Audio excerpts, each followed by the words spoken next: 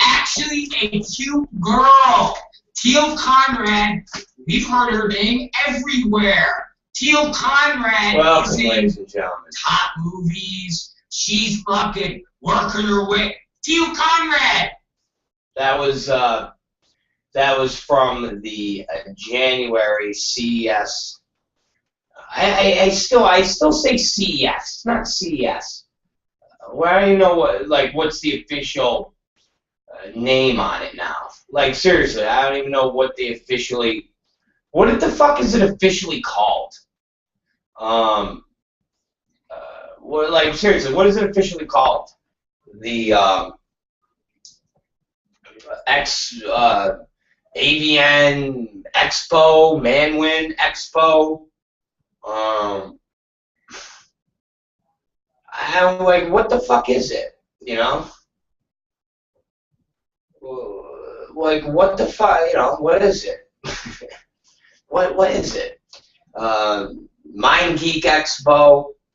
Remember when not last year, but was it the year before? About 2 years ago, when Fabian Theismann, the Mind Geek boss, and if it wasn't more evident of AVN being owned by Manwin, when they had Fabian as the keynote speaker, and he did his whole elaborate conversation to the business about how Mind Geek was going to be the savior, and look at me, and he was sitting up there as, like, you know, the tech geek with you know, the sweatshirt on. Remember that? That was great.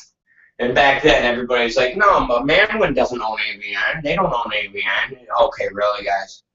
They just have the biggest setting and the biggest, most elaborate setup for the boss of Manwin, and everybody's there to fucking suck his cock, and you don't think AVN is owned by them? No. Okay, dummies.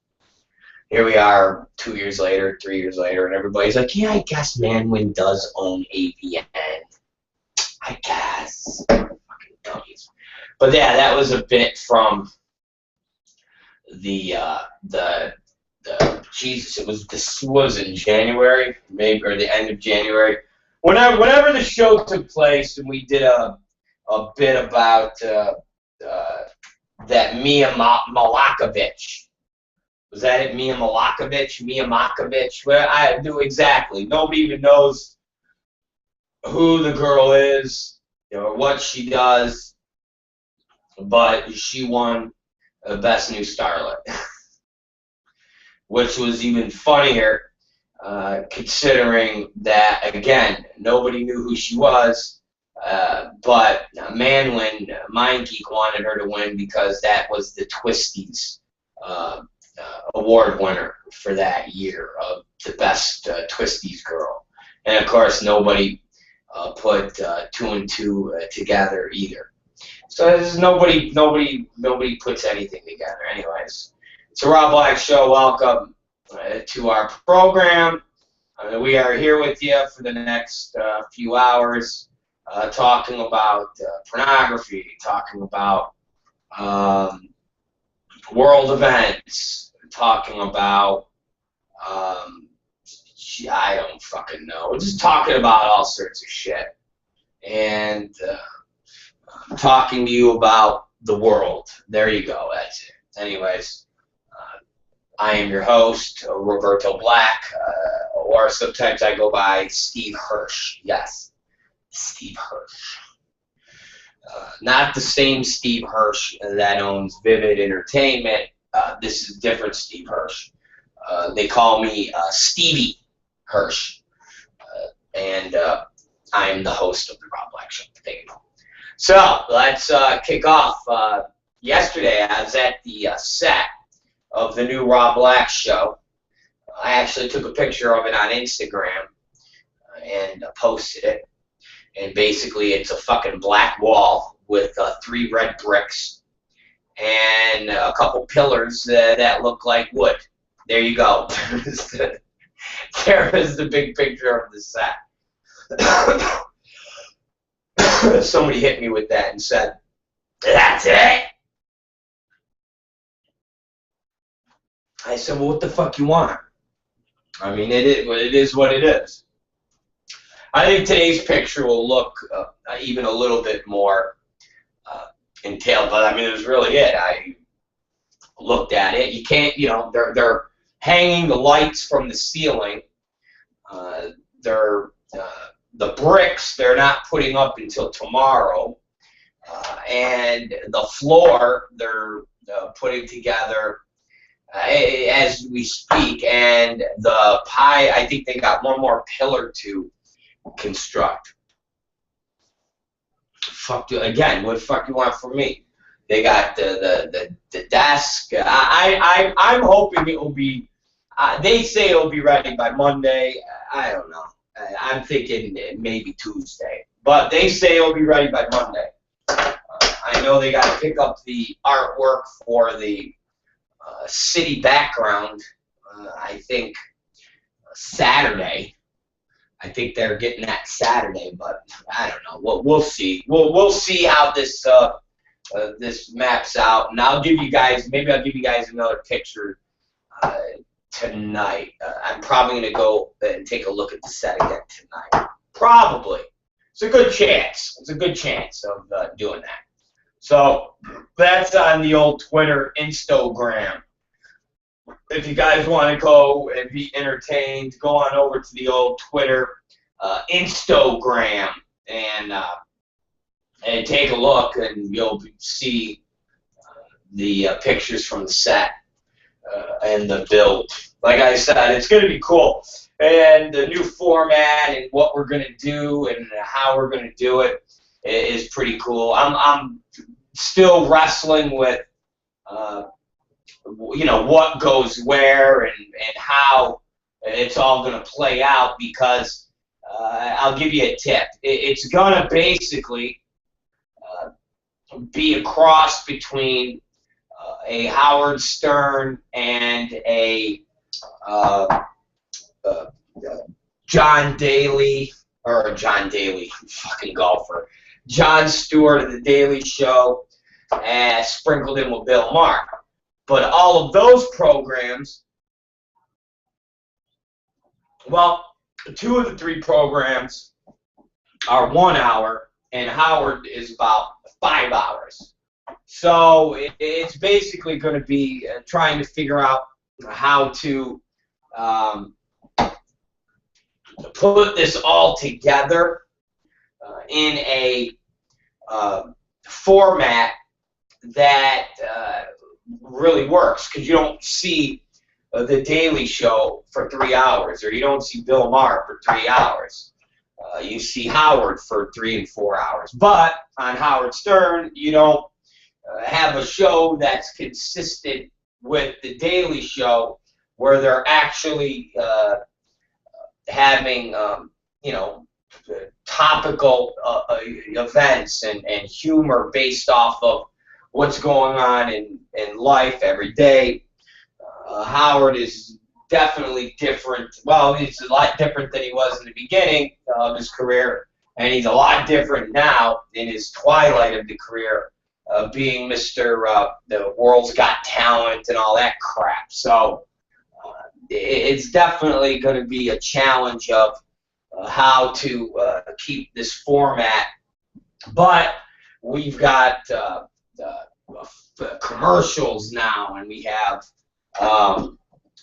comedy bits. It's a whole little routine, videos that you probably haven't seen that will be out on the news wires. Whether it's Tommy Lasorda talking about not wishing bad luck on V. Stavino, but hopes she gets hit by a car.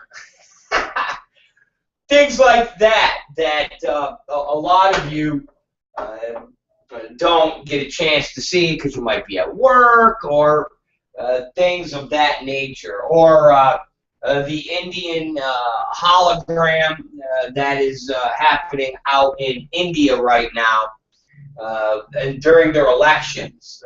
They actually have one of their candidates using a hologram where he's talking to voters. Exactly. Amazing shit. Even a video I saw yesterday that was posted of two hillbilly girls. Seriously, there's like 6 girls, and they got to be like 15 or 16 years old, and they go to a friend's house and they look at chickens in their hen house. Something as bizarre as that, and that evolves into the 2 girls squaring off to fight, and they start fighting, and it's the most clearly captured fight, the girl fight I've ever seen. There's no shaky camera. I mean, it is like just perfect. It's like Fight Club, where a kid is just holding this fucking cell phone camera, and he is just, this kid could work in our business, okay? When he turns 18, he could be a cameraman for our business. This guy's got a fucking hand that is steady as fucking, he's just steady, man. And these 2 girls beat the shit out of each other to the point where the one girl gets mad to the point of getting beaten up and tells the girl, now get off my property, as her eyes flaring up and being swollen. And she goes, well, I'm going to go inside and get a BB gun and shoot you. And the girl goes, fine, do it.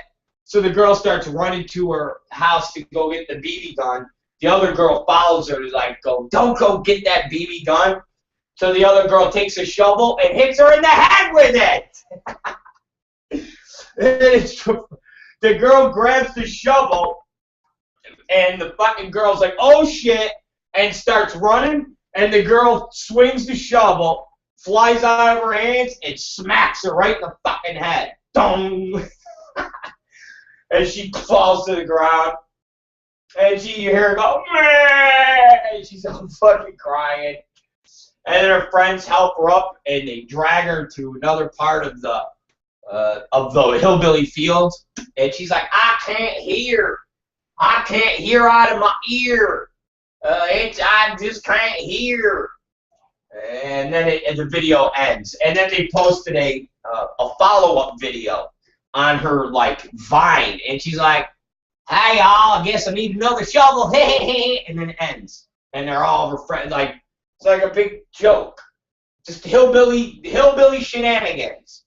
So it'd be videos like that, just crazy shit. So that is what is in the hopper. That is what is being processed. Fucking crazy. Anyways, that will be the format, and the more we get going, we'll evolve with guests. We'll have fucking strippers up here. We will. We'll have strippers. We'll have porn stars. We'll have random hookers from the street. We're just gonna get, we'll just get people. You guys will be like, oh, who's this? She'll be like, hi, my name is Tawana. I'm a streetwalker. I'm gonna get streetwalkers. I am. I'm gonna get fucking legitimate hookers to come up here and do interviews. You think I'm bullshitting? I'm not. I'm not bullshitting. I'm gonna fucking listen. I got to imagine that a fucking hooker who will suck a dick for $20 in a car on fucking Lancashire Boulevard will come inside and do a fucking interview for $40. All right. I got to imagine she'll do a 15-minute interview for $40, even if we got to fucking put the little black bars over her face. All right. So it's gonna be fucking. It's gonna be crazy. Crazy. Anyways, I'll give you guys an update later. I'll give you guys an update later as to more of the process of what the fuck is going on. That's what the fuck is going on.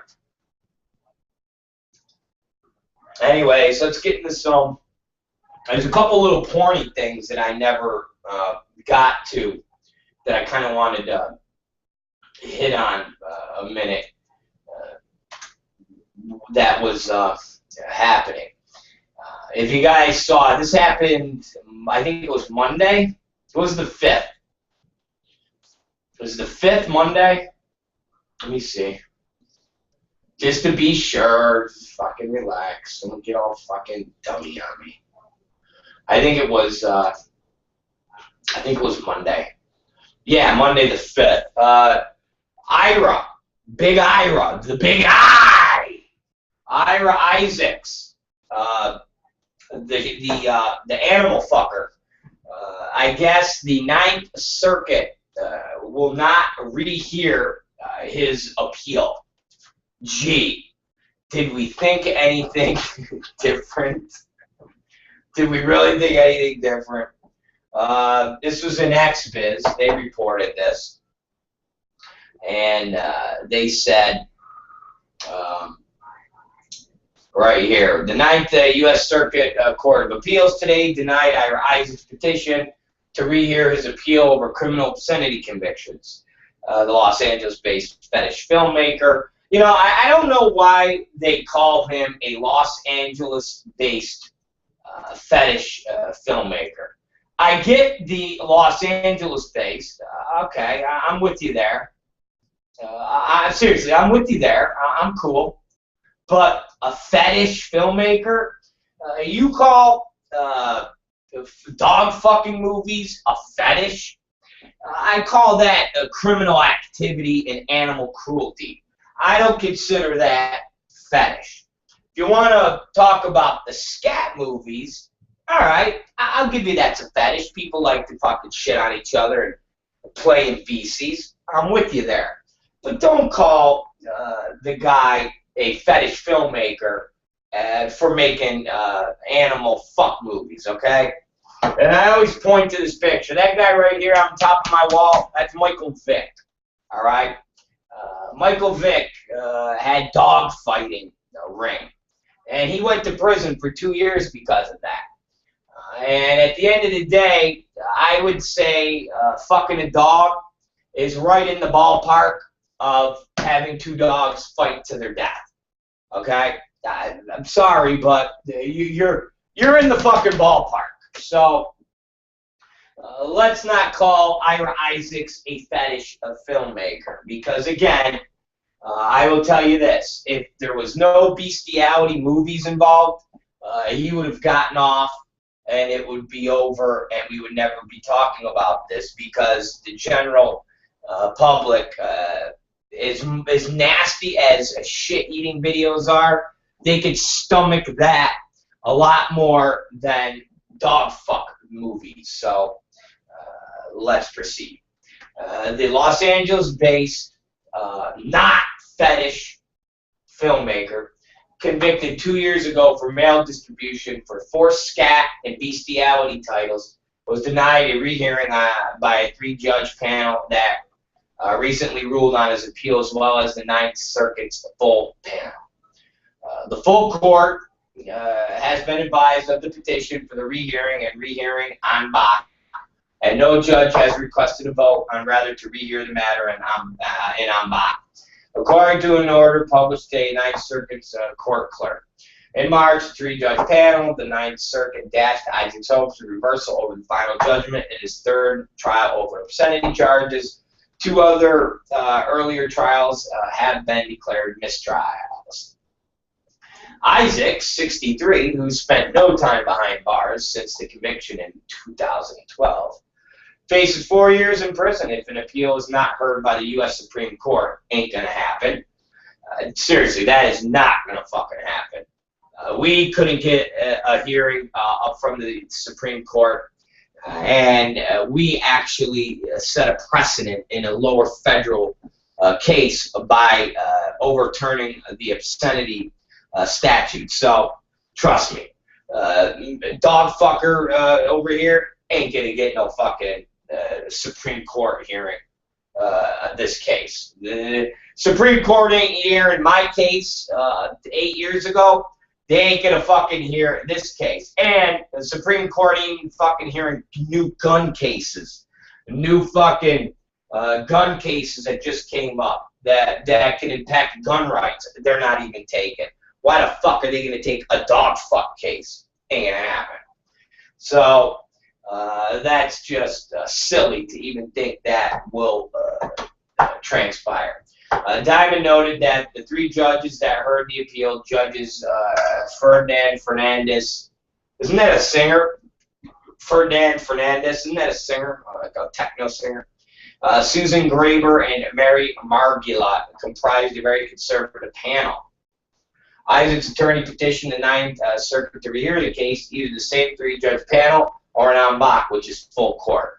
I didn't even get an en banc. I was, when my case got reversed by the Third Circuit, which consisted of Alito and Chief Justice John Roberts. They were all part of this Third Circuit. When I petitioned to have an en banc by the entire court, all the judges, they all went, go fuck yourself. So, yeah, that wasn't going to happen either.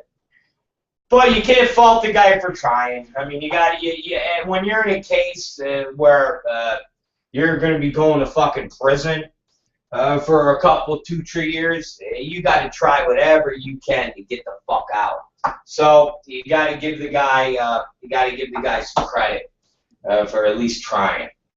Although at this point, well, shit. Before all this would have been rolling, I would have. After you already lost and going through all this process, I would have had Diamond at some point try to make a deal, even with the judge, the sentencing judge, and say, listen, we're going to fucking run this thing and make a spectacle of it. We're going to appeal this and appeal that and blah, blah, blah. What do you think if we could all get together and agree on a sentence of no more than 18 months or no more than 16 months or something. But I think at the end of the day, they're going to wind up fucking torturing this fucking guy just for them getting their balls busted throughout the last 2 years. But we'll see. So Diamond told the panel that it was Issacs' bad fate when his first trial ended up as a mistrial when the Los Angeles Times broke the story that Judge Alex Kaczynski alleged prior porn website. Kaczynski in the first trial concluded that Issacs could testify as an expert on the artistic issues presented in the case. While Issacs being able to testify at the second trial and with his attorney being free to argue to the jury hung, resulting in a second mistrial. Diamond wrote in a motion to rehear the appeal. Determined to pursue Mr. Issacs as though he was an international terrorist, the government took him to trial a third time. Diamond wrote, Judge King determined that he was not bound by Judge Kaczynski's ruling on the ability of Issacs to testify his opinions. Judge King revisited the issue and determined that Issacs would not be allowed to give his opinion regarding the movies. He would be precluded from testifying as an expert, even giving his lay opinion.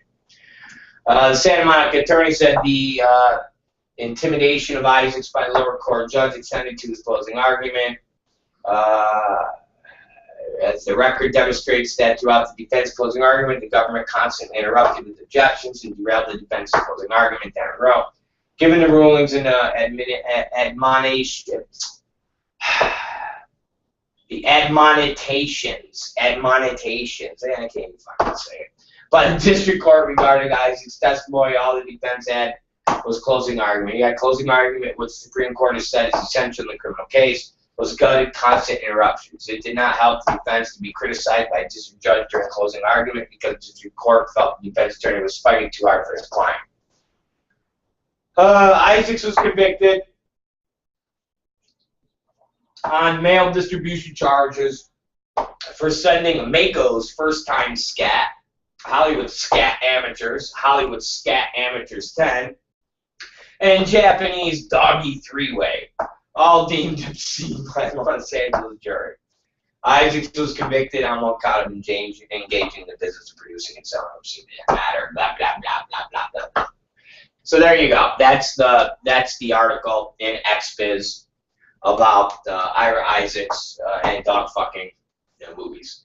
So they told him to go fuck off, and now the next stage of this long process is for Ira and his attorneys to appeal it to the Supreme Court, which they will not fucking hear. And Ira will then get sentenced and go away to prison. So there you go.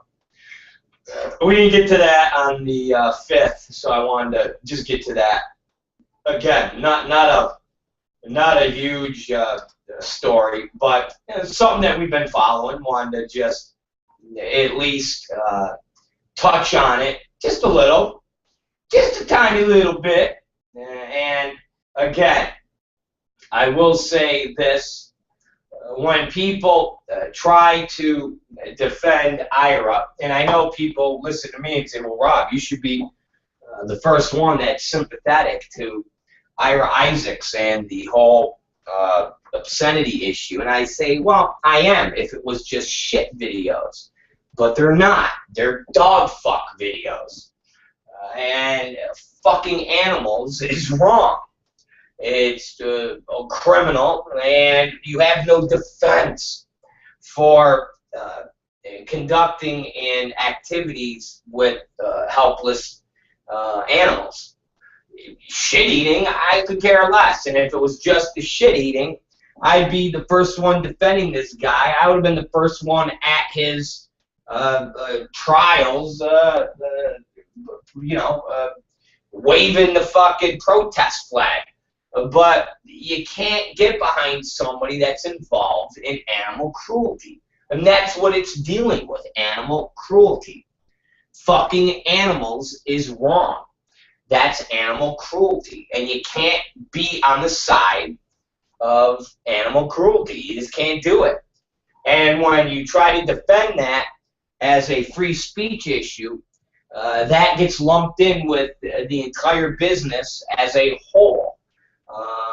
And we are looked at as a bunch of dog fuckers by the mainstream population if we attach ourselves to this sick fuck. So anything else or everything else is fine. Shit eating, and trust me, in the era that we're in America, people wouldn't think twice if you said, yeah, I'm going to jail for this video of these two people eating shit. People go, that's disgusting. We shouldn't go to jail for that. Well, they're fucking also. Well, that makes it even more weird, but no more criminal. Yeah, that's basically what you would get. But the minute you go, yeah, this person's going to jail because they got fucking dog fucking. What do you mean dog fucking? Well, there's people fucking dogs in the movies. Really, they should be fucking hung. There you go. Seriously, there you go. When you have organizations like PETA, and a news story we heard yesterday that wants to put up a memorial plaque on a stretch of highway where I guess a truck got into an accident and like 200 turkeys lost their lives in this accident, and they wanted to put up a plaque of this stretch of road of saying that this group of turkeys were fucking killed in this accident, and some people were like, "Yeah, that's a little overreaching, PETA. That's a little crazy." But just that being said, if that actually has people within the animal movement protecting animals, and they're actually serious about doing this, one would imagine how they would feel about a guy who's involved with dog fuck videos. So again, you can't get behind Ira Issacs because of the dog fuck videos. The shit eating ain't nothing but a thing. Piss, shit, even to heavy sadomasochism, even a girl getting the shit beat out of her as long as it's all consensual, and at the end of it, the girl's like, hey, I love getting the shit beat out of me, yeah. That is all acceptable, but torturing and abusing animals in a movie, that's a fucking non-starter, man. That is a non-starter. So there it is, Ira Issacs, and I got no sympathy for him. Got no sympathy for a dog fucker. All right. I got shit eating. I'm with you. I'll watch a good shit eating video with my eyes half closed, going, oh God, all day. I'll fucking take a screen cap, send it to friends. Look at this.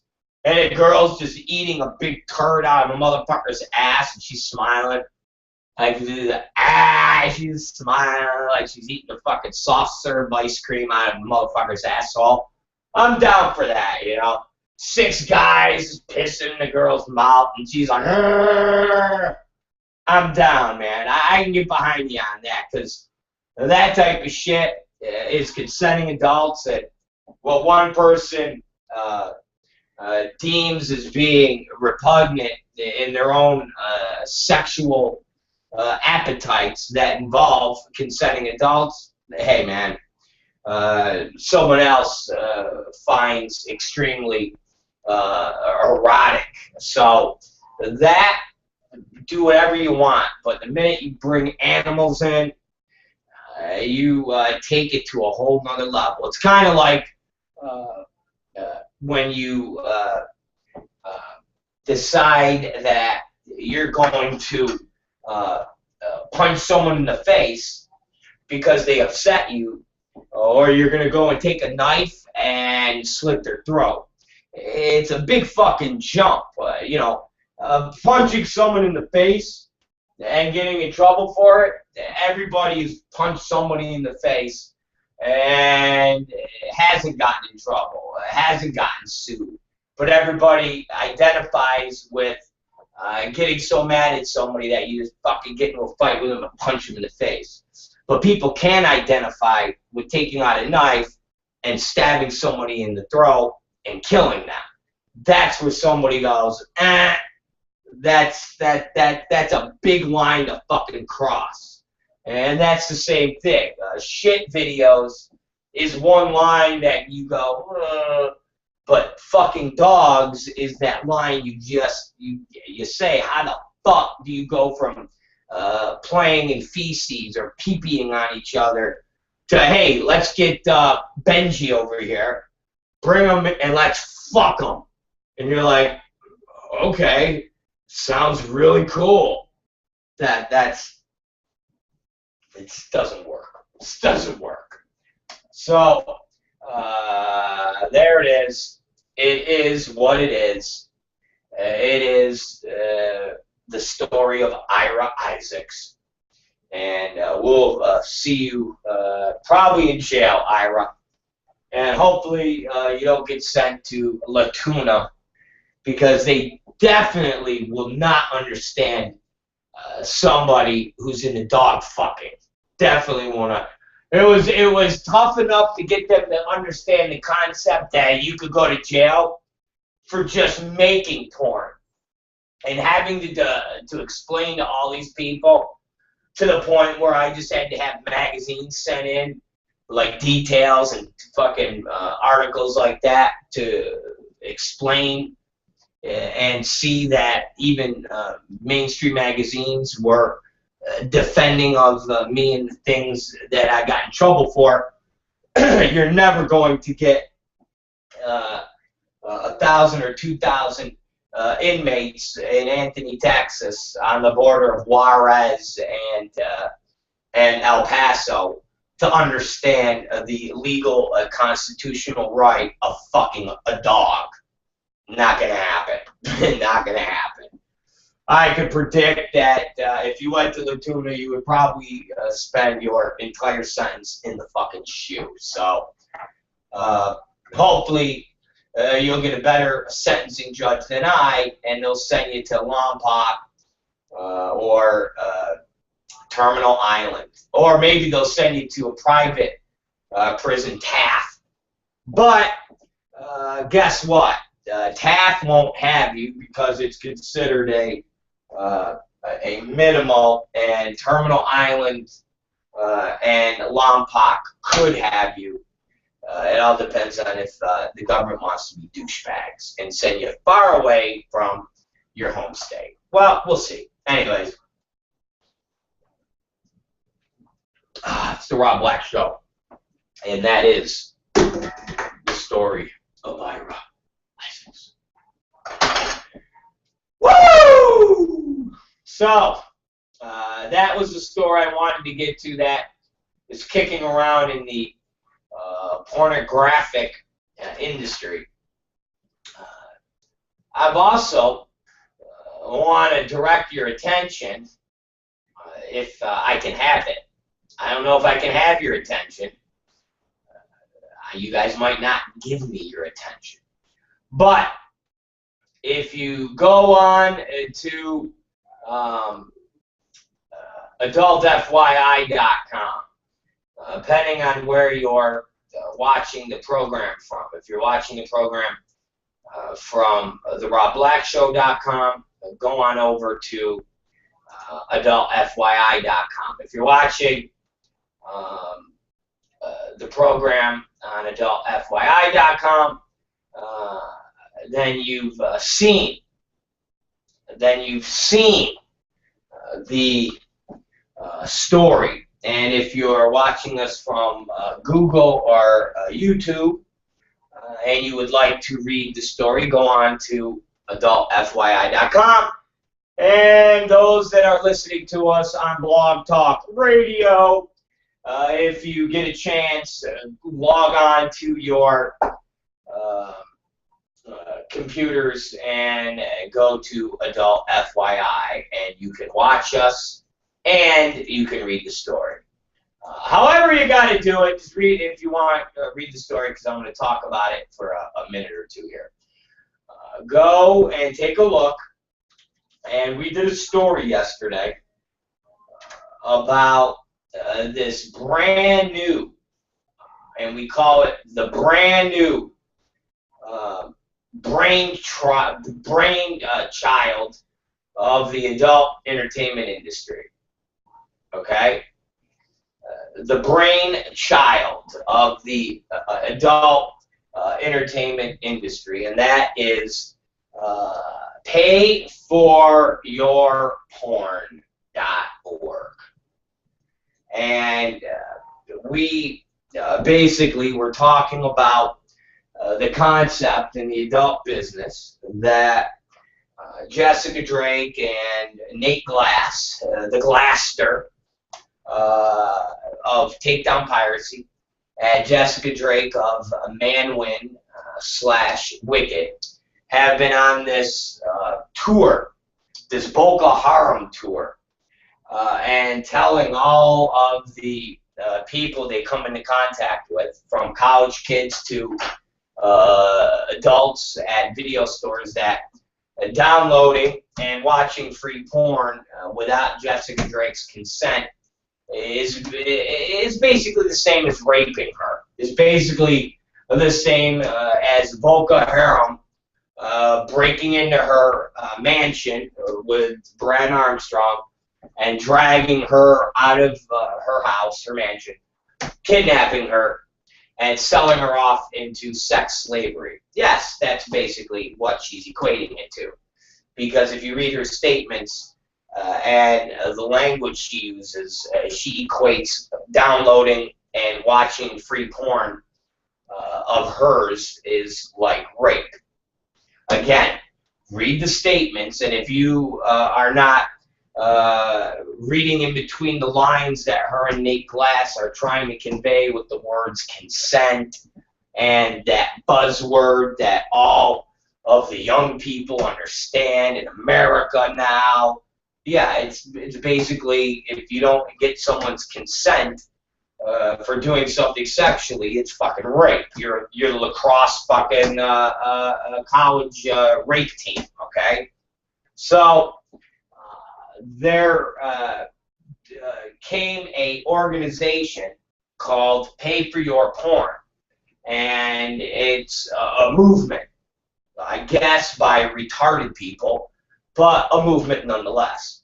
And we talked about it yesterday because somehow it slipped through our greasy, giddy fingers when we were doing the story on Jessica Drake and Nate Glass on their rape tour. And when we did some research and investigated a little bit, we found that Adult DVD Empire was creating this payforyourporn.org ad and this payforyourporn.org movement. And when we logged on their site, we actually were amazed that they would be using a picture to illustrate the aggression, the ruthless aggression of their movement of Pay for Your Porn with a digital playground picture that in a digital playground picture from a movie, okay? From a movie. It was either, I know it's not Call of Duty, but it was Code of Honor. It was something of that. It was something of that nature. Code of Honor, Call of Duty, one of those websites, or one of those movies that they did. One of their big budget Robbie D movies that they did that has Jesse Jane, Stoya, Riley Steele, had all their contract girls in it. And they're all these military girls, and they all got guns and shit like that. So Adult DVD Empire decided to use that picture from that movie to illustrate this organization they were starting. And I found it quite amusing that Pay for Your Porn is basically talking about paying for your porn and not going to YouPorn and not going to RedTube and not going to these free sites that are providing people free content. And I found it quite amusing that they would use the picture from the Digital Playground video, and that company that owns Digital Playground, Manwin, MindGeek, is the same company that owns RedTube, YouPorn, and all the other tube sites. So Adult DVD Empire is creating an organization and using artwork from the very company that they are going after and shitting on. And I found it pretty amazing. I found it pretty. I don't even know. I don't even know how to describe the words to say how ludicrous it is and how absurd it makes the argument about watching free porn and our push to not do that. And when you're using Manwin artwork, it makes it even more silly, considering Manwin is the culprit of all of the free porn that is in the industry. So the article talks about that. And the article also talks about Adult DVD Empire and a bunch of other people. If they really wanted to make a difference in the piracy game, and they really wanted to make a difference when it comes to stopping MindGeek Manwin, then they would hurt them where it fucking matters, which is in their pocketbooks. And as long as Manwin MindGeek continues to make product that they package in DVDs and sell, then guess what? Those companies that control the flow of DVD product has the capability to hurt Manwin. So Adult DVD Empire has the capability to cut Manwin MindGeek off from purchasing their DVDs and selling their DVDs. So Adult DVD Empire could stop carrying Digital Playground. Adult DVD Empire could stop carrying Brazzers product. Adult DVD Empire could stop carrying Wicked product. They could stop carrying product that puts money in the pockets of the very company that is responsible for all the piracy and tube sites. But they don't. So it's fucking moot. It's just a fucking shell game. It's just a fucking distraction to try to make people feel good and try to make themselves feel good like they're doing something. But they're not doing anything. So if they really wanted to make a difference, these would be the things they would do to make that difference. Same thing with all the talent that work for Brazzers, that work for Digital Playground. If they really gave a fuck, they would boycott and not work for them. But they don't, because they're desperate and they need to fucking work. They need that fucking money. So instead, they talk shit about MindGeek and Manwin out of one side of their mouth, and on the other side of their mouth, they say, "Thank you for giving me that money, sir." And it's fucking ridiculous. So this story talks about that. Talks about all the people that contribute to AVN and the whole AVN machine, from their award shows to their conventions, to advertising, to even contributing in anything that they do that requires them to have participation from the industry. Nobody boycotts them. Nobody does anything.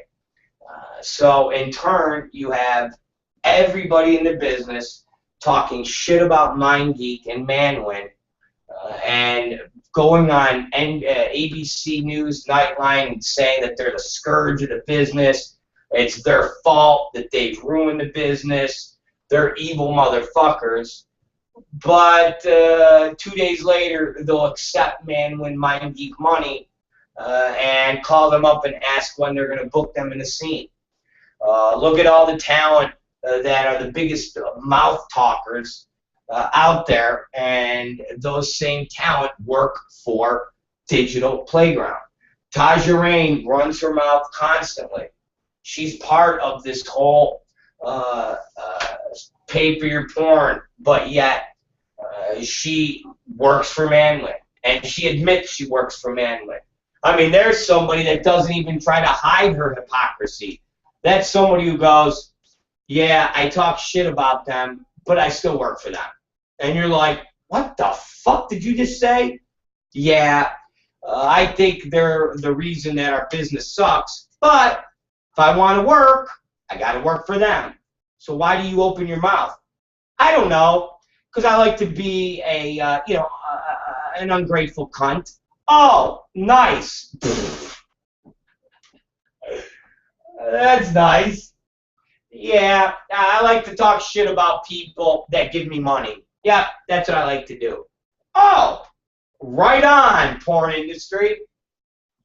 It's like you're either going to have a unified front and fight Manwin, or you're going to have a unified front and be for Manwin. Which is it? Seriously, which is it? You can't do both. You really can't, man. You know, you can't. It doesn't even work for politicians. Even the fucking slimiest and fucking snakiest of politicians, it don't work. Look at fucking John Kerry. John Kerry tried to play that game. Voted against the Iraq war before he voted for the Iraq war.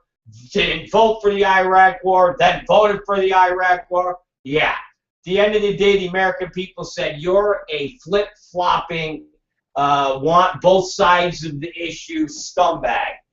We'd rather take George Bush, who is the true scumbag of all presidents, over you, John Kerry. I mean, let's face it, guys. In politics, they can't even get away with what this porn industry and the hierarchy in our industry do. And we do it and we smile. It's like, what? Fucking Taja. And Taja Rain's not the only one. I only single her out because she's been so vocal and so out there in the whole piracy movement of going, look at all my videos. I make these videos with my hard-earned money, which is bullshit because it's all content trades. But regardless, I do all these videos, and within a day, they're all up on these tube sites. These tube sites are killing my business. I can't even make my movies anymore. They are wrong. Well, who owns them? Manwin, MindGeek. Oh, well, do you still work for them? Yeah, I still work for them because I need the money. Oh, okay. So why do you talk shit on them? I don't know. Okay. So her and handfuls of other talent do the same thing. And it's disgusting. It really is. It really is disgusting. It's one thing to talk shit on somebody who is against you and does nothing for you. And it's another thing to talk shit on somebody that does things for you, that gives you food, that gives you shelter, and while you're eating your filet mignon and living in your $1 million house, you're picking up a phone and motherfucking them. That is completely crazy. And the third scenario, it's one thing to motherfuck somebody, don't accept anything from them, then do business, and then they're your best friends because they're fucking giving you money. That's acceptable. That happens in our society all the time. Politics, it happens all the time.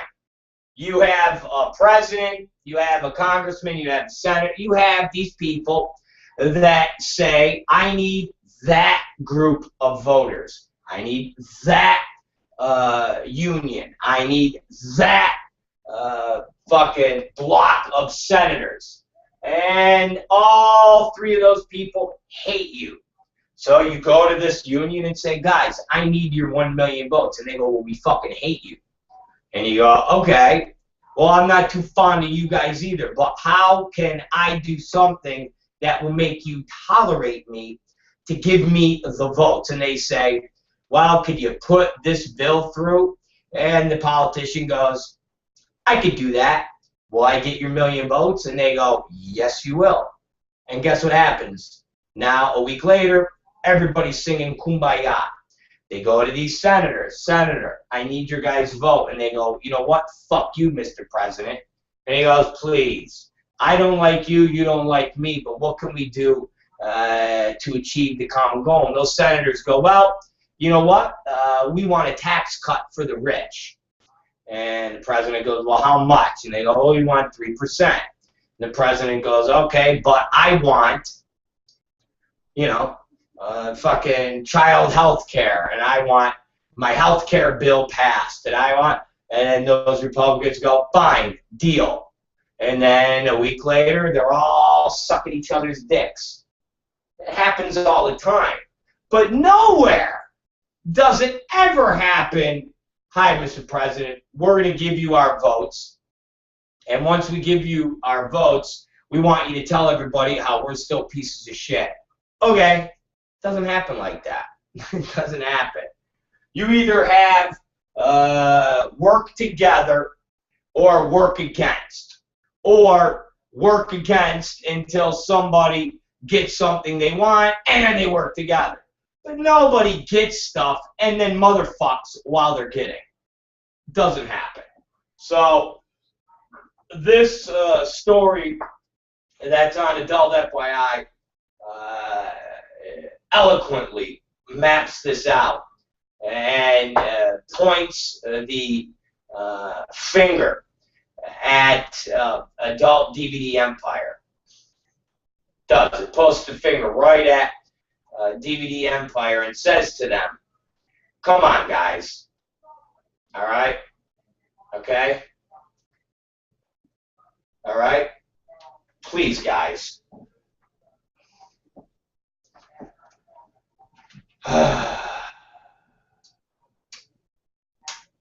So, oh, man.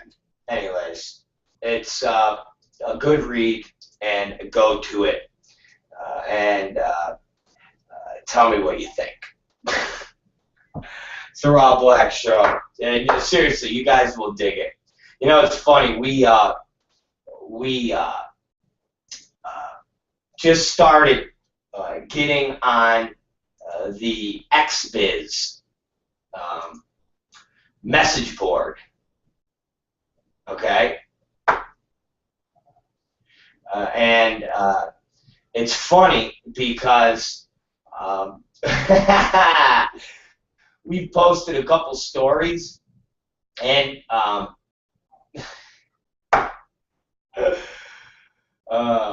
it's funny. We posted a couple of stories. I think we only posted 2 stories so far. And the new story that will go up about the Adult DVD Empire will be going up soon. But it's funny to watch the responses that we're getting off these stories. And it really is funny. If you guys go to Adult FYI again, we did a story last night, and it's you know what's funny, because this industry and the people are really kind of fucked up. But we did a story last night called "What the Fuck Happened to Ginger Lynn?" Respect your fans and don't be fat, Elvis. And that was the story we did last night. It says, Amber Lynn is almost 50 and still looks great. Now, what's funny is this story we put up, and we talk about all these other women in the adult business that are in the age range of Ginger Lynn, but look really good. We talk about Amber Lynn in the article. I think we even talk about Christy Canyon. Okay, we talk. I mean, we point out a bunch of different women. Rebecca Bardot, and we say these women have aged and they look really good at the level of where they are. What happened to Ginger Lynn? Ginger Lynn has more going for her than all of these other women. On top of the fact that she had Steve Hirsch's fucking love child, and Steve Hirsch has been supporting her for 8 trillion years. She's been in Rob Zombie movies. She's fucking signs autographs at all those horror conventions. I mean, she's got a lot going for her. And we stated the fact of, listen, you are out there in the public eye getting autographs and being a celebrity, and you're trading off your porn star legendary status of being in this industry for so many years. Have some fucking respect for you and your fans, and get in shape. And not even talking about getting trillions of dollars of plastic surgery done, but lose some fucking weight. hit the gym, look good for your fans. You know, respect yourself. You know, respect your fans. Have your fans be excited. You know, do what Amber Lynn does. Do what Christy Canyon does. Do what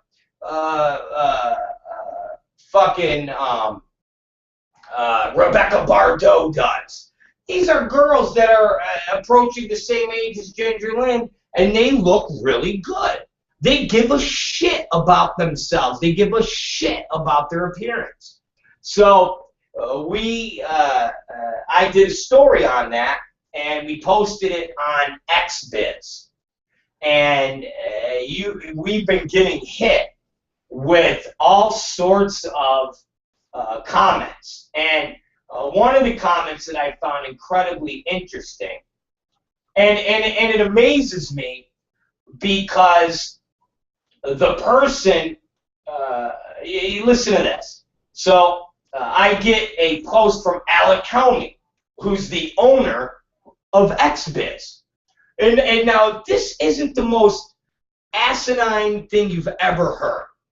Alec Helmy says, Rob, welcome to XBizNet.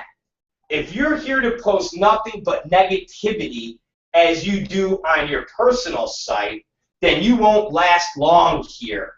Kindly change your tune, dude. Alec. But if you go to his site and his message board, everybody talks shit on me. Everybody talks shit on me and calls me every name in the book. And Alec Helmy has no problem with that. But me writing a story. And I didn't sit there and go on there like his fucking posters do on his site.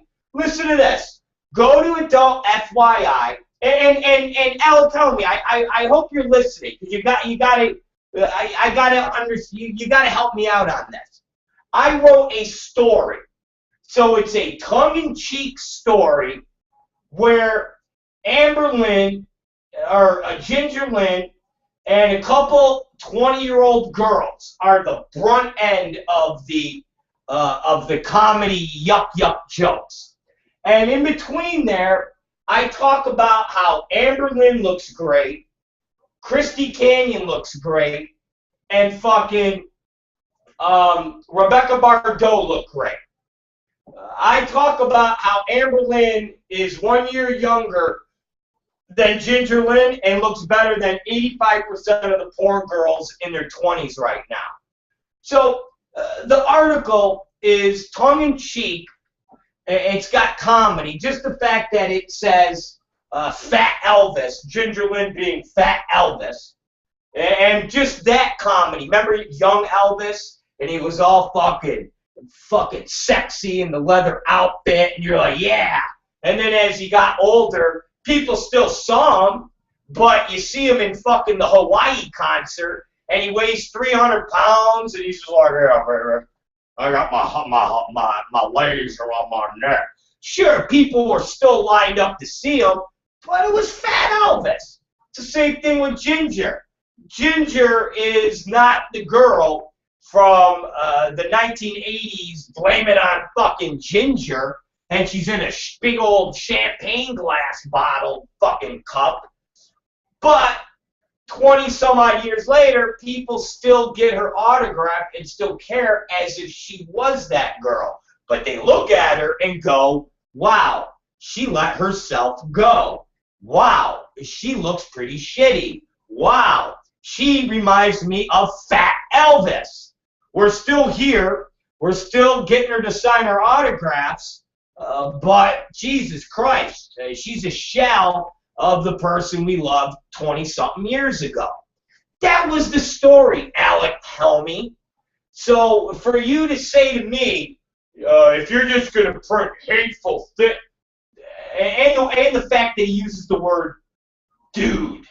Like, who uses dude? Hey, dude. It's like, oh, really, Helmy? Rob, welcome to XBizNet. If you're here to post nothing but negativity as you do in your personal site, then you won't last long here. Kindly change your tune, dude. Once again, I didn't just post a sentence that said, Ginger Lynn is a fat fuck. I posted a story that was tongue-in-cheek and pretty funny. So listen to this. So somebody posts something about me, and do you think Alec Helmy sent this guy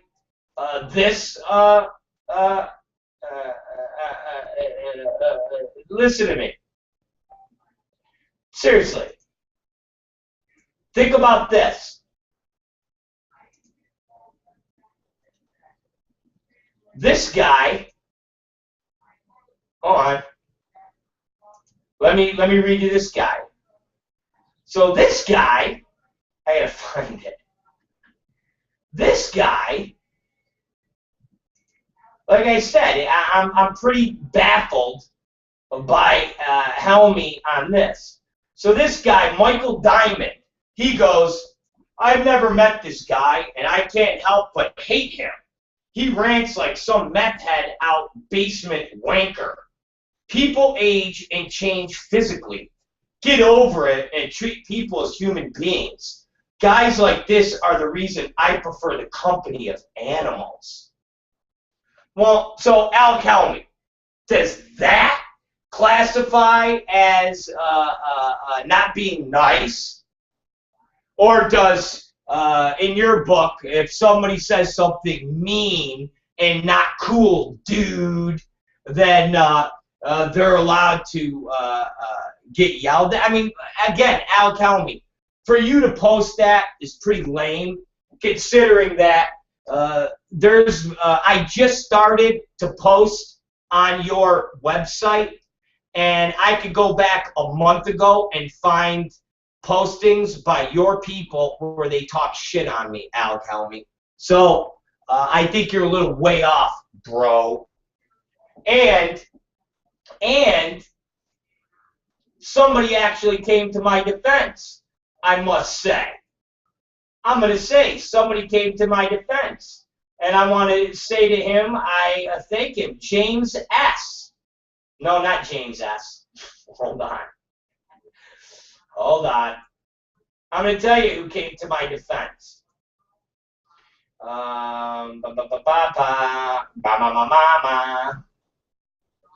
And let me see. Because it was funny, this dude. Hold on. Let's see, where is he? God, my eyeball itches. Seriously, my eyeball itches. I'm sorry, guys. I gotta find. Oh, where the fuck was it? It was a nice little. It was a nice little. It was a nice little thing. Nah, it's not Michael Diamond. He's an asshole. Michael Diamond's an asshole. Michael Diamond's an asshole. Little prick.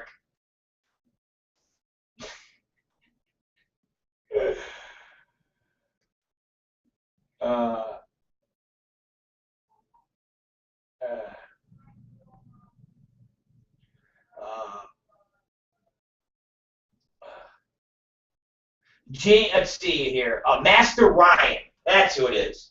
Master Ryan said, it looks like he came to XBiz to repost his stories. I don't think his negativity is too excessive. Most producers have the same outlook on the industry and the talent. Just tell him to use the blog section instead. Thank you, Master Ryan. Thank you. See, there's Master Ryan defending me to Alec Helmy. Thank you. And then Master Ryan goes, just curious, does anyone read the blogs? I know I hadn't since I joined and just now took a look. They don't show how many views or visitors check the story. Thank you, Master Ryan. Master Ryan's a good guy. I like Master Ryan. If Master Ryan is listening, Master Ryan, you're a good guy. All right? Thank you. See, Master Ryan has to defend me because Alec Helmy, I don't want to be too harsh because he'll ban me. You know, he'll ban me from his fucking website. He'll be like, fucking Mike South, where he moderates things and goes, "Ooh, I don't like what you said. I'm gonna ban you." Ooh. Well, thank you, Master Ryan, for defending me. Once again, Helmy, if you go through your site, I just posted 2 to 3 stories. If you go through my site, all right, or you go through your site, as early as 3 weeks ago, you have people on your site bashing me, calling me every name in the book. How is that acceptable? But I write a story that is very tongue-in-cheek, that has had numerous people respond to it, some people liking it, some people not liking it, and your comment to me is, "Dude, you need to change your tune, or you won't last long here." What's the deal there, Helms? You got Mike South who goes on your message board and fucking posts, and then on his site he talks about how you're a douchebag. Again, I wrote a fucking tongue-in-cheek story that you are offended by, but yet you have other people talk shit about me, and that's acceptable? What the fuck is wrong with you, Helmy? Come on, man. Stop being a fucking pussy, for Christ's sakes. Seriously, bro. Don't be a fucking pussy. Fucking, they were good stories. And then James asked, posted a True Hollywood story about Ginger Lynn that said to my, "What the fuck happened to her?" So I guess he posted an True Hollywood story saying, "Rob, this is what happened to Ginger Lynn, for Christ's sakes. This is what happened to her." And again, I go take a look at Tracy Lawrence. I don't care what. Ginger Lynn hasn't had a worse time in the business than a bunch of the other fucking girls that have actually took care of themselves. So please, give me a break here, okay? Ginger Lynn just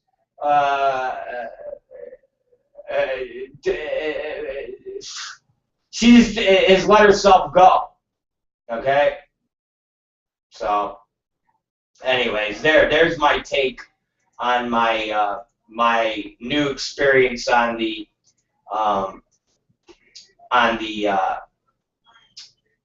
XBiz.net board, where people are starting to fucking throw tantrums, including the boss, Alec Helmy. It's like, come on, Alex, stop being a fucking baby. Jesus Christ. At least Master Ryan stuck up for me. I like Master Ryan. I gotta get Master Ryan on the phone somewhere. Michael Diamond, you're an asshole. Alright? I've never met this guy. Well, of course you never met me, you retard. You called me a wanker. It must mean you're from England, you jerk off. You're never gonna meet me. You're just some asshole in fucking England who fucking, I don't even know what you do, but you're a jerk off. That's what you are. He rants like some methed out basement wanker. Guys, it's well, so would you listen to my show there, Michael Diamond?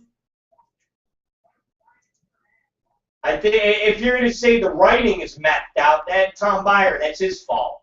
He's a methed out writer then. Fucking jerk offs.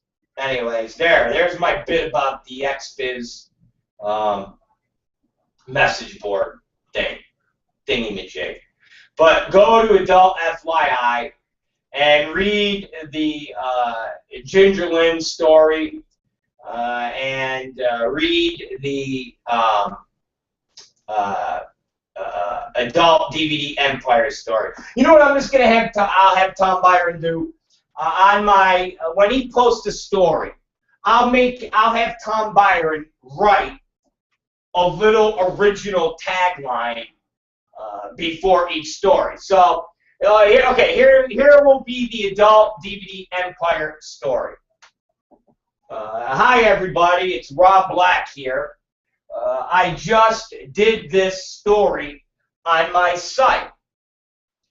I would like to share it with all of you wonderful readers on the XBiz forum. I thank you for taking the time to read my post here.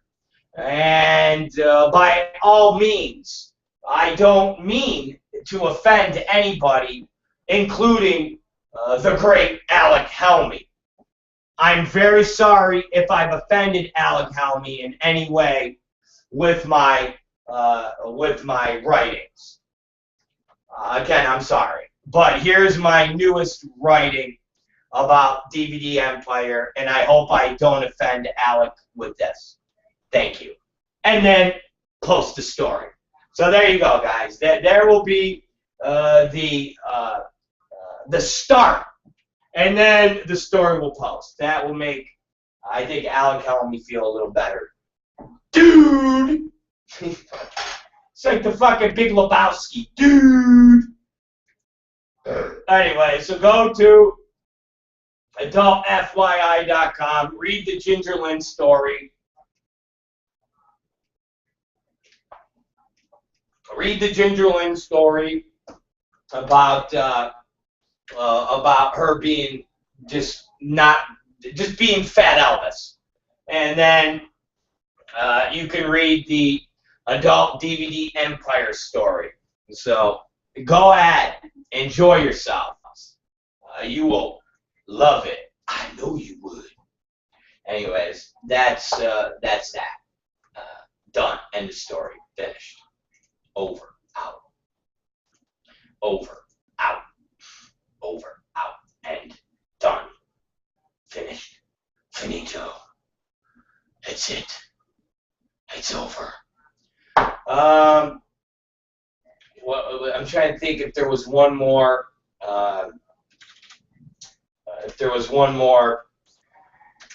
Adult thing we didn't kind of get to, I wanted to cover. What the fuck is with? Let me ask you this, and then we'll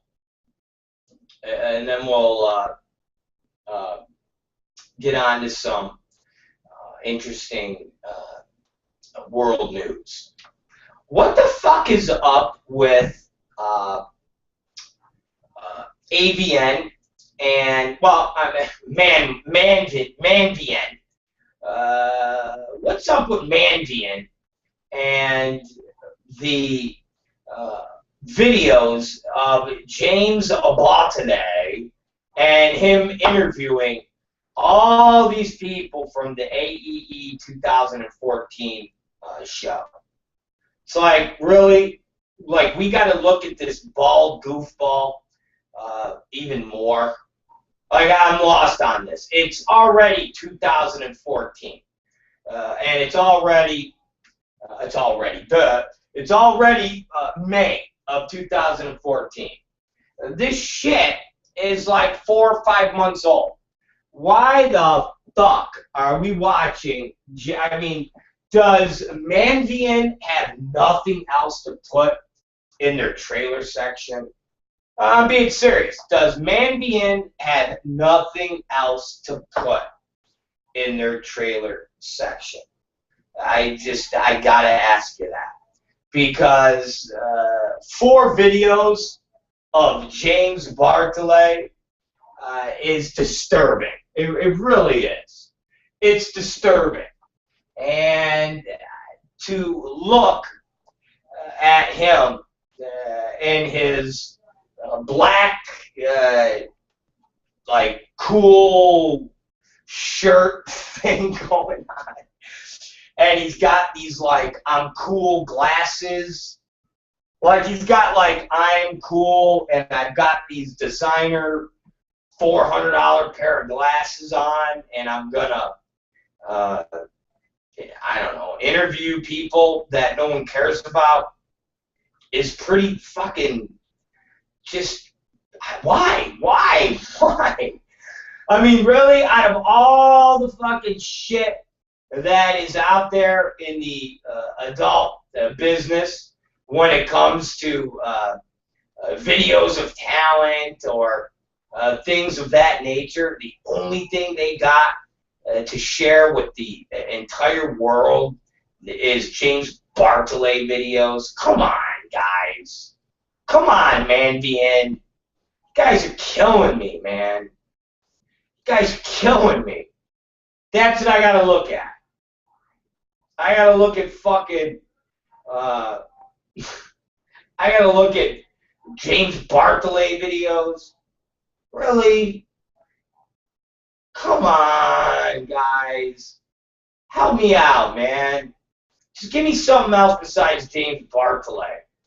I don't care. Give me fucking Taja Rain. All right, give me fucking Taja Rain. Give me Nick Manning dropping loads, man. Give me fucking anything but James Bartolet. And it's not just James Bartolet once. It's James Bartolet twice. It's James Bartolet 3 times. It's James Bartolet 4 times. God. It's like, come on. Enough with James Bartolet, for Christ's sakes. I don't want to see James Bartolet. It's just so much. No James Bartolet. It's too many James Bartolet videos. Too many. That's too many. All right? Please. Please. Please. God, you guys are killing me. You guys are killing me. I'm looking at Bartolet. I'm just looking at him. I'm looking at him. Just go there, guys. You think I'm fucking around? Those of you who don't know what I'm talking about, go to avn.com. Go to avn.com right now, and you'll see. You got James Bartolet in the bottom area where it says movies, and there are 4 James Bartolet movies. You go down there. They're all James Bartolet. Take a look. It's just James Bartolet. He's with Jesse Jane. He's with Ed Powers. He's with Madison Ivey. He's with Nikki Delano. And they're long interviews. Nikki Delano's 3.5 minutes. Jesse Jane is 6 minutes. Ed Powers is 3.5. Ed Powers, Jesus Christ. So, it's fuck, man. You guys are killing me. Fuck, James Bartolet. Why? I want to look at James Bartolet. For Christ's sake. I'd rather look at Evan Stone. Let me see Evan Stone, for fucking Christ's sakes. I'd rather look at Evan Stone. I'd rather see video of Evan Stone and his fucking comedy tour than fucking James Bartolet, alright? Seriously. Just give me fucking Evan Stone. Oh, man. Give me Evan Stone. Please, give me Evan Stone. I want Evan Stone. Fuck James Bartolet. I want Evan Stone. So that's it, everybody. That's the AVN scoop. Really nothing there. I just thought it was funny. I thought it was entertaining. Give me a break. Give me a break, everybody. I thought it'd be entertaining. Anyways, and then the final porn installment is good old Mike South. I love Mike South. You know why I love Mike South? Because he's just so stupid. He really is. This is his top post. Things have been quiet on the porn front for the week, but I'm hearing it's quiet before the storm. Big news is coming. It's like a fucking. It's like a. It's like a. It's like a fortune teller who goes, I foresee you might be getting married in the future. It's like, oh my God, how did you know? Oh, wow. It's like, really? Okay. How did you know? Well, I mean, I know I said I have a boyfriend, but how did you know we've been talking about getting married? It's like, it's been quiet on the porn front for the week, but I'm hearing it's quiet before the storm. Big news is coming. And every time Mike Zob does one of these bullshit things, it's like, what's the big news? It's like, what? The only thing that is big news in the industry is someone getting AIDS. That's number one. Or somebody, dying? 2. Or somebody getting raided for obscenity? 3. I mean, what's big news?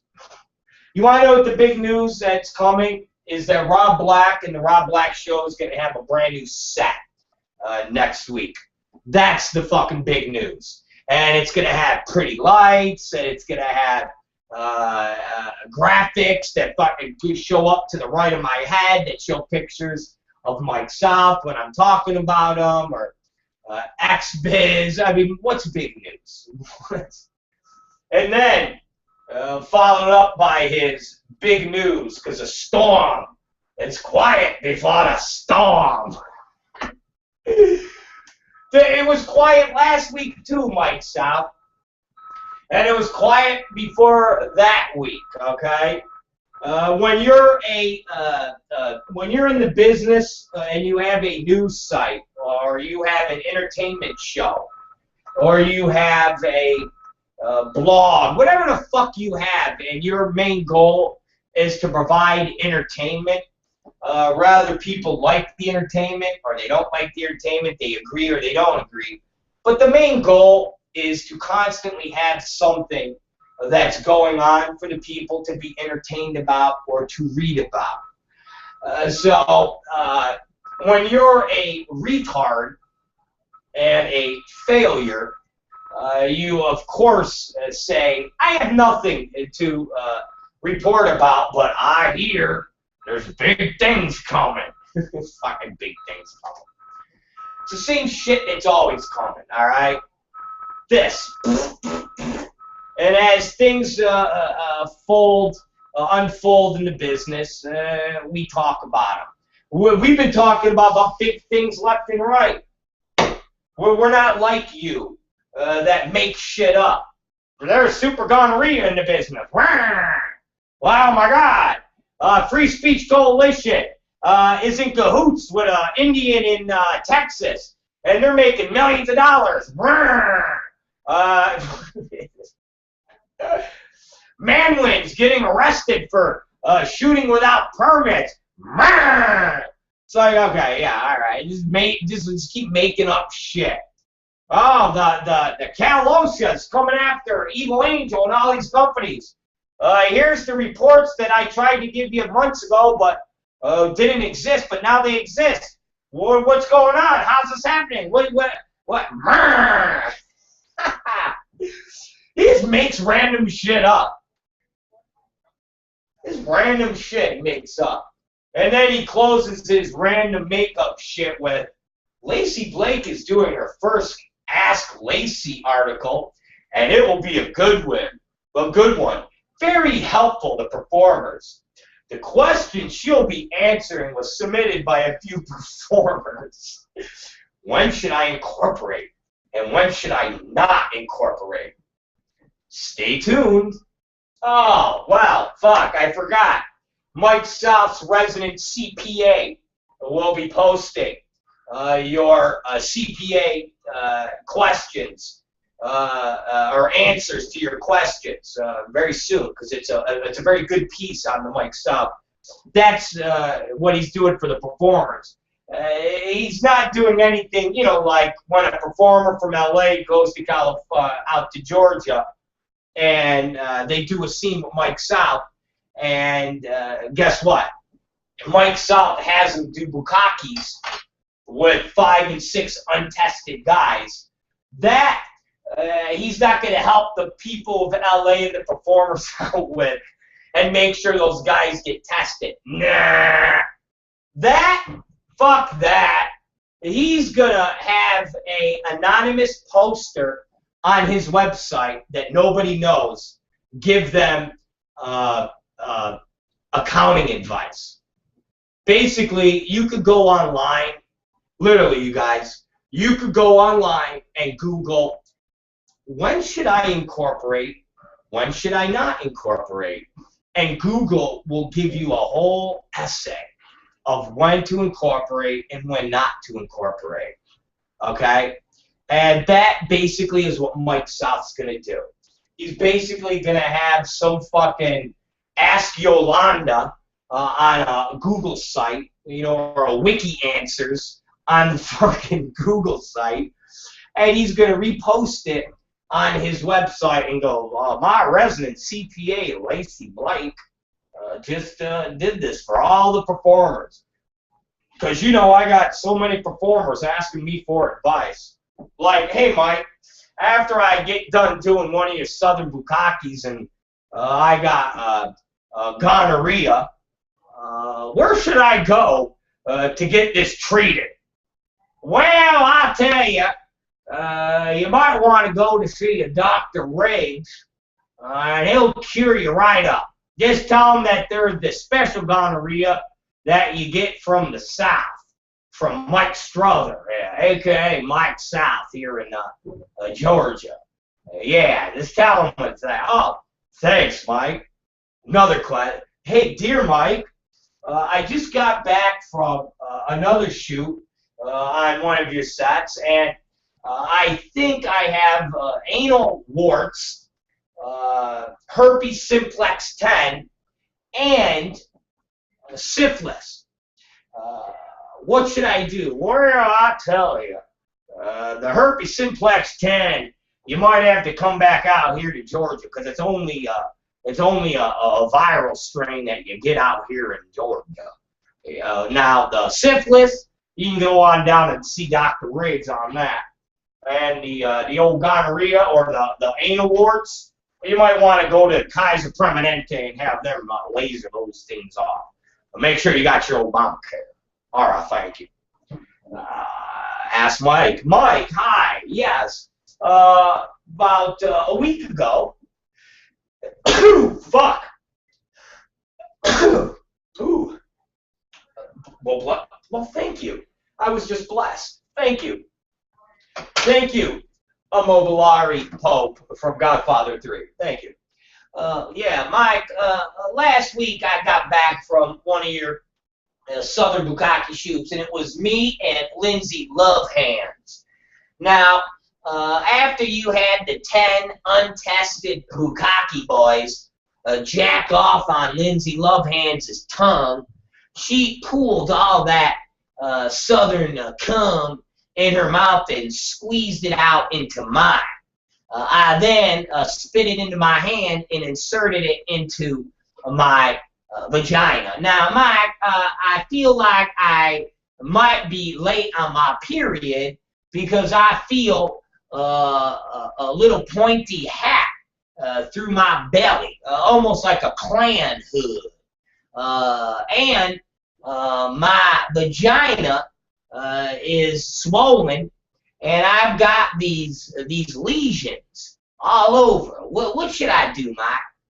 Well, what you need to do is you need to go see a Planned Parenthood and first get the abortion, because I would say that you're definitely pregnant from the 10 southern racist jizz blobs that were inserted into your vagina. And the lesions, you might want to just go to see Dr. Rick. All right, thank you. So that, ladies and gentlemen, is basically the Ask Mike South question and answer forum on his site. So we're going to stay tuned for that big news coming, and for the Lacey Blake when to incorporate and when not to incorporate. And actually, we'll probably be having Stuart Lipschitz do a column on the day that Lacey Blake puts out her advice column about accounting, and that is our resident lawyer, Stuart Lipschitz. And if you guys need any legal advice, you can email the show. We check our emails here pretty regularly. It's rzblack@yahoo.com. That is the show email, and somebody will get to it, and they will respond appropriately and send it off to Stuart Lipschitz, where he will give you all of the answers you need from your legal questions. That's Stuart Lipschitz. Anyways, that, ladies and gentlemen, is basically what the fuck is going around and down in all of the porn world. So, yeah, there you go.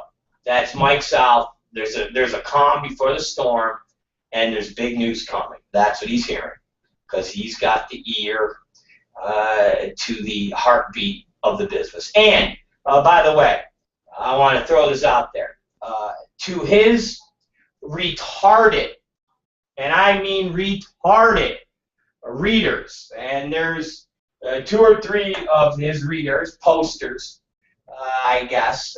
Some are him in a card, basically him posting as a different name, and others are a couple people that I know. I need to inform you, idiots.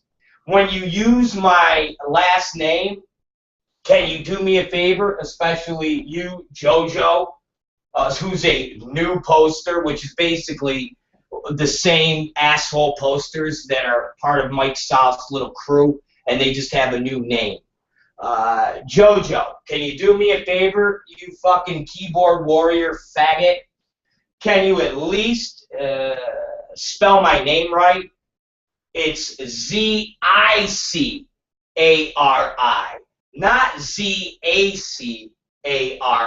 Can you do that, you fucking moron? You little faggot pussy boy, who hides behind a fucking keyboard. Can you at least do that?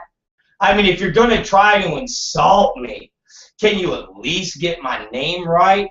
You don't have to get the spelling right. I'm a shitty speller of words, but at least the name, okay? If you're gonna say Rob Zaccheri, at least spell it properly, JoJo, because your life is calling you to be a pussy, faggot, keyboard warrior who sits in his mommy's basement or in your little fucking porn garage somewhere, wondering why you fucking never amounted to anything in the industry and why you're sitting there writing about me on a blog site anonymously. That's what's even more pathetic.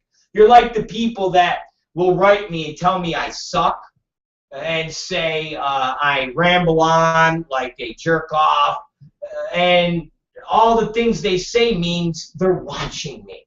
All the things they say means they're reading my stories, which is funny. So you're reading my stories and watching me and then talking about me. And yet you say I'm an asshole and I'm insignificant and no one listens. But you're listening. You tell me no one listens to you, but you're listening. So you're not one of them?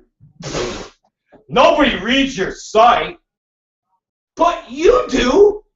So then that's all that matters. If the person that's telling me that I suck, and they've been listening to me for 3 weeks, or they've been reading my site, and I sound like a rambling lunatic, well, that means you're reading my site. You're listening to my show, which makes you a fucking moron, because you're criticizing me, but yet watching me, and listening to me, and reading my words, which makes you pretty fucking stupid, okay? So, stupid, at least get my fucking name right, okay? It's Z-I-C-A-R-I, and it's not too hard to find out how to spell my name, asshole.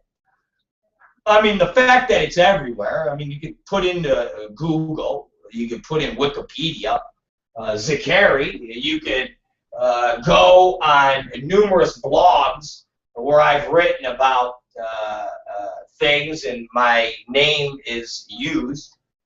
Zachary, Z-I-C-A-R-I. Get it right, assholes. Get it right, fuck sticks. Can you do that? When you're not listening to me and you're not writing about me or you're not listening about me. I mean, can you do that? Fucking morons.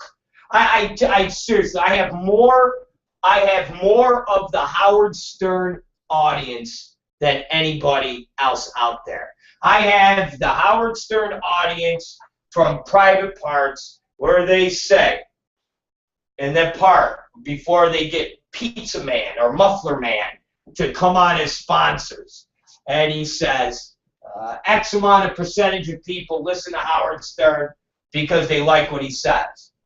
And they go, oh, and they go, and X amount of people listen to Howard Stern because they don't like him and they want to hear what he'll say next. And they just sat there and went, what? You mean people who don't like him listen to him? Yeah. So I've got the biggest audience that talk the biggest shit and write, oh, you're an asshole, you suck, you're a jerk off, no one listens to you, I hate what you said, you make no sense. It's like, asshole, you're listening to me.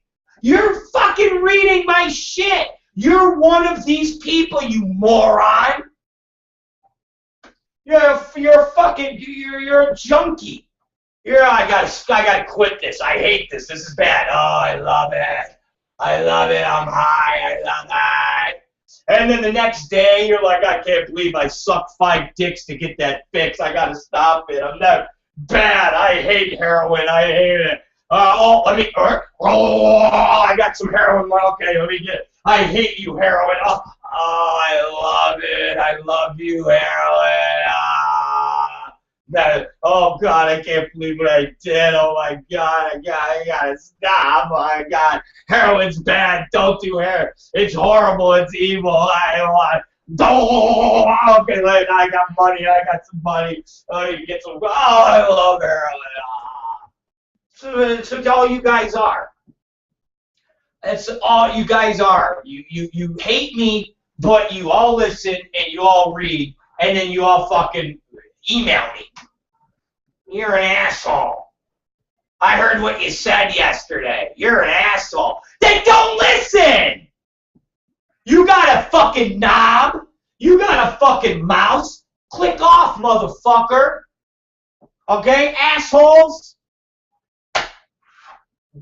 Don't stay on Adult FYI. Click off of it. Go to Mike South. Go to AVN. Go to XBiz. Go on the XBiz forum and say nice things to Alec Helmy. So he fucking is cool, dude. Okay? If you don't like the show, stupid motherfucker, but you look ignorant when you fucking talk about the show and then say you don't listen and you don't like and then, fucking idiot. And you look even more idiot when you try to fucking say my name and you use it and spell it wrong, stupid. Dumb motherfuckers. Z-I-C-A-R-I, asshole. Okay? Can you please do that? Z-I-C-A-R-I. Thank you. Fucking moron. It's the ROB Black Show. Oh, man. We got like 8 minutes until the news that we can use with Katie Summers, that fucking sexy motherfucker. Oh, she is. She's going to be coming up real soon. You know, I meant to ask Tom Byron. I did. I meant to ask Tom Byron, and I was going to ask him because he's hep, and I'm not saying hep C. He's hep, man. He's hep on all of the social media and everything that's going on. And I meant to ask him if our prayers to Pope John Paul and Immobiliari, a Pope from Godfather, have been answered. That the cancer from Christian man has left his body and gone into Mike Southyak. I was wondering. Now, I'm thinking it could possibly have happened, considering that when we made the prayer, Sunday was when Mike South posted that article about wanting to suck Tom Byron's cock and how, you know, he was never fired from Elegant Angel, you know, all the bullshit. So I was wondering if this cancer has now gone into Mike South because he got so fucking defensive, okay? Seriously. That's what I'm wondering. So,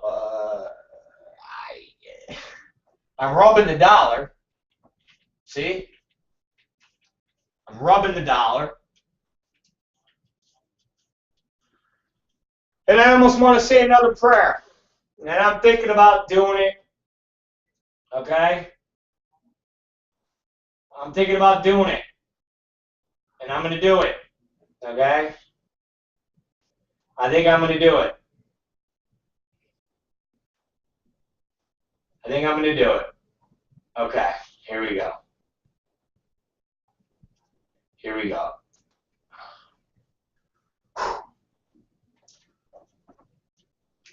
Please, Jesus Christ, baby Jesus Christ, teenage Jesus Christ, Immobiliari Pope from Godfather 3, and Pope John Paul.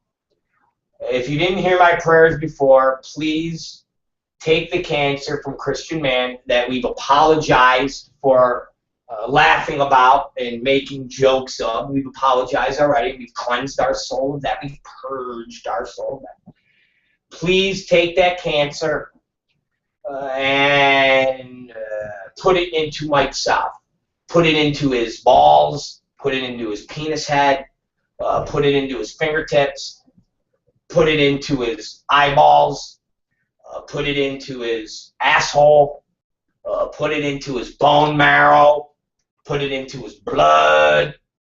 Put it into every being of him, so that he will die a slow, horrible, and painful death. And Chris Mann will be revitalized, and he will be back watching Monday Night Football games with Frank Kretzky in Green Bay. Please, Jesus Christ, teenage Jesus Christ, baby Jesus Christ, Pope from Godfather 3, Immobiliari, Pope John Paul, and also Samuel L. Jackson. Thank you, Jesus Christ. Amen. In the name of the Father, Son, and the Holy Spirit. Amen. All right. I feel like we haven't had that prayer in a while, and I hadn't heard anything. on a Chris Mann update from Tom Byron. So I just wanted to throw that out there. And, you know, anytime that we can pray, anytime that we can get together fundamentally and wish death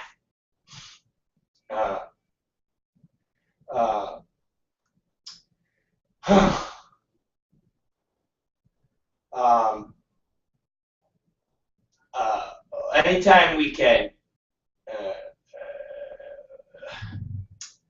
hope that we can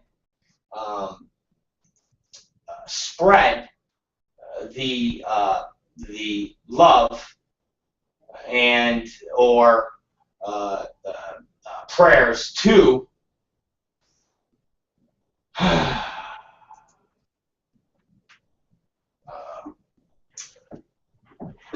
Mike South and give him cancer and he dies. Thank you very much. Amen. Thank you very much. Amen. Thank you very much. Amen. All right. It's the Rob Black Show. And it's funny, I just got another email. Let me send this out to Tom Byron. So Tom Byron's going to have to do, you know, it's so funny. This industry, let me explain this to you guys. And Tom Byron could take this snippet and stick it on to the other story. But our industry is really really funny. Let me explain to you guys. I just got an email from Dan Miller that I got sent over here to me on my other account that I get forward stuff from the RZ Black when they go through it. And it says, "Hey Rob, hope you're well. Glad you joined the board. But I'm told if you're only reposting your site stuff as new threads, that your account will be suspended. Dan." It's like, man, they are fucking, it's like they don't want anything thought-provoking. They don't want anything, they just don't want anything other than people bashing me on their fucking site. Seriously, it's just amazing. It really is fucking amazing. Look at all of this uproar that we've created over this fucking fact of us posting our stories on their site. Seriously, I mean, look at the uproar that we have caused with this fucking posting on their site. It really is like, I don't even know what to fucking say. Like, they actually have me speechless because I never envisioned the uproar that it would cause from the people at XBiz. And we're supposed to be in the porn business of free speech and rah, rah, rah, rah. And, I mean, you know what I mean? It's like, it's weird that they are that upset that we are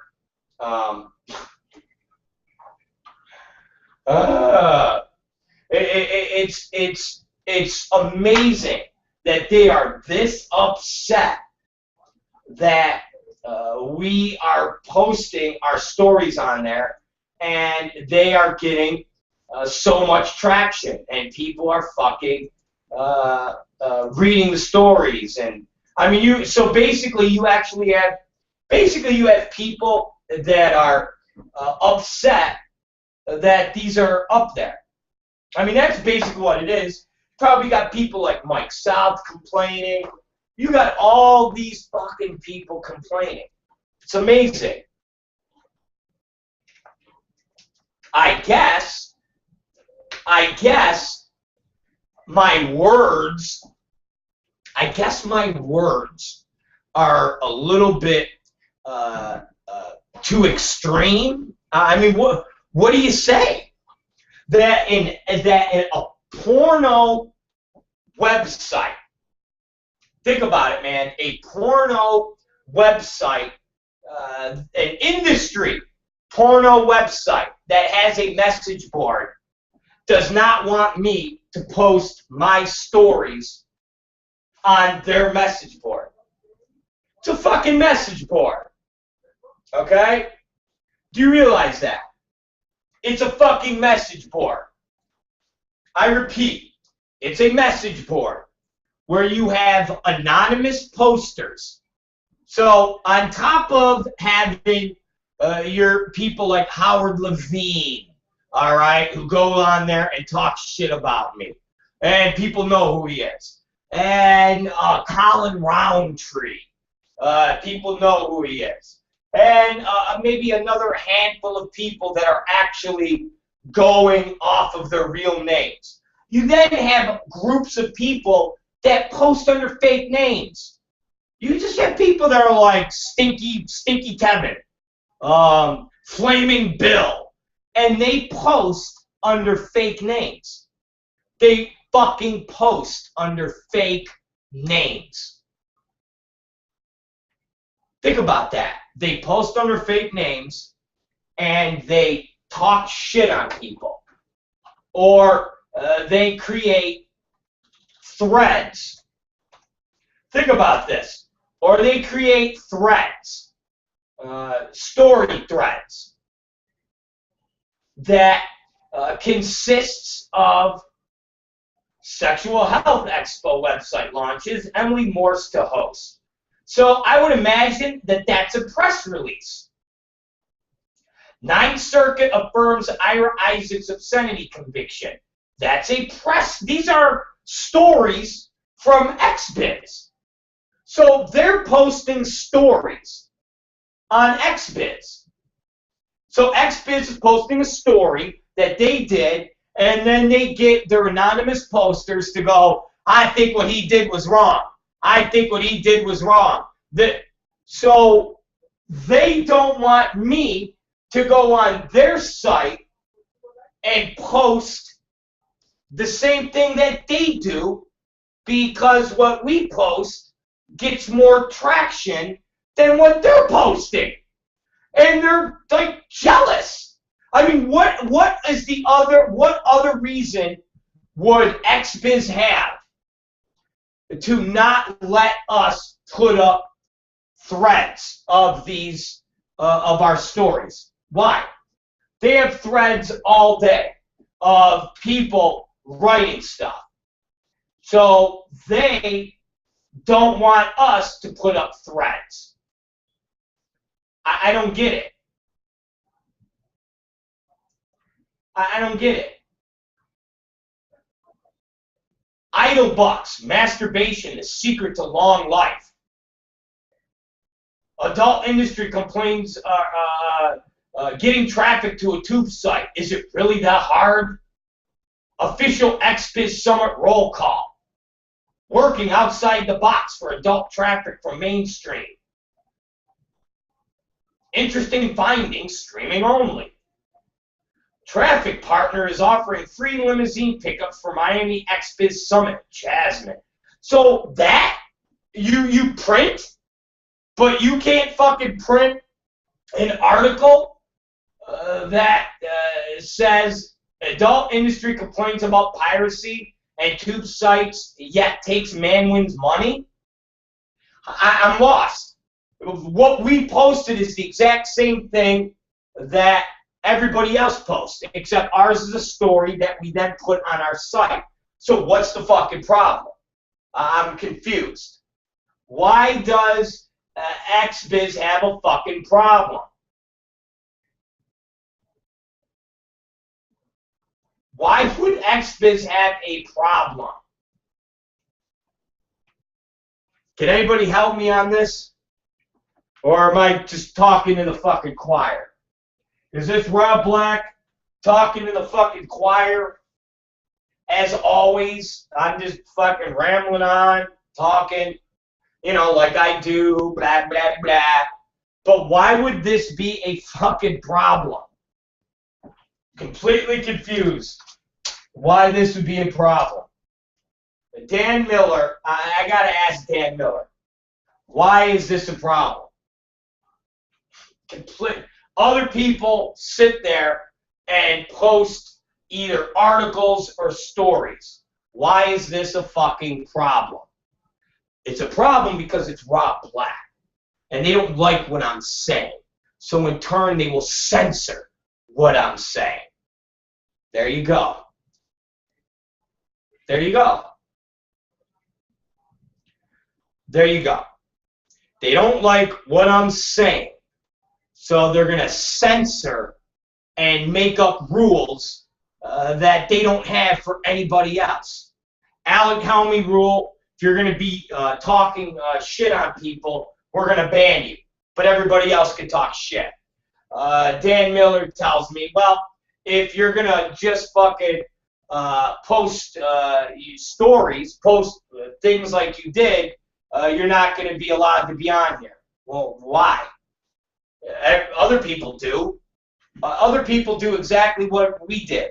Why is it wrong that I'm putting a story up that's thought-provoking and people enjoy and people are responding to? Why is that a problem? Fucking amazing, man. That's amazing. So that's what's going on. Our presence on the XBiz website message board is causing such a stir and such an issue that they're going to ban me. They don't like me posting on their message board. That's pretty heavy. That's pretty heavy, don't you think, guys? That they're going to ban me from posting on their message board. Wow.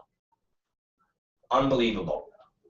So, doing an article, and I don't get it, because I talk about them on a regular basis. And I'm not even talking about I talk bad about them. I talk about them on a regular basis when it comes to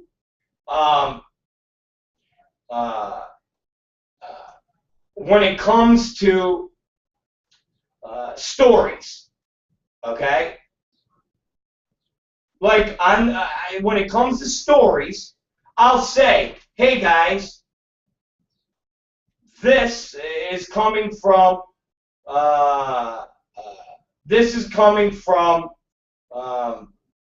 XBiz. This is coming from so and so. This is coming. You know, I don't fucking steal people's sites. Seriously, I don't steal people's stories. Okay. Seriously, nobody. I literally sit there and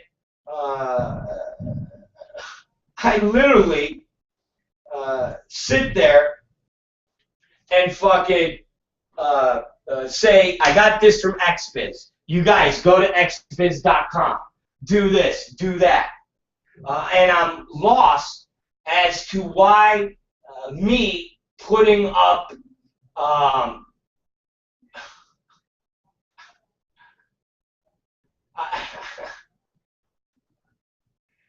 I don't understand why me putting up a story that I did or I talked about is a problem. I'm serious.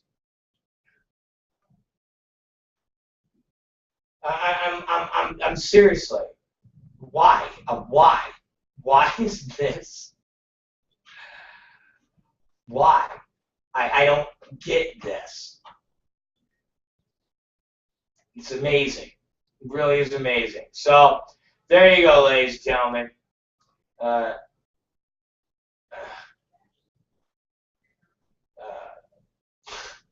They don't want us to post our stories anymore. Seriously. They don't want us to post stories on here anymore. They don't want. They don't want us to post stories on there anymore. I don't know why. I don't get it. So, that's it.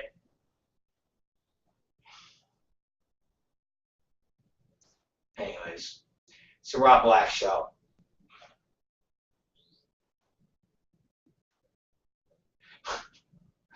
I don't get it, man.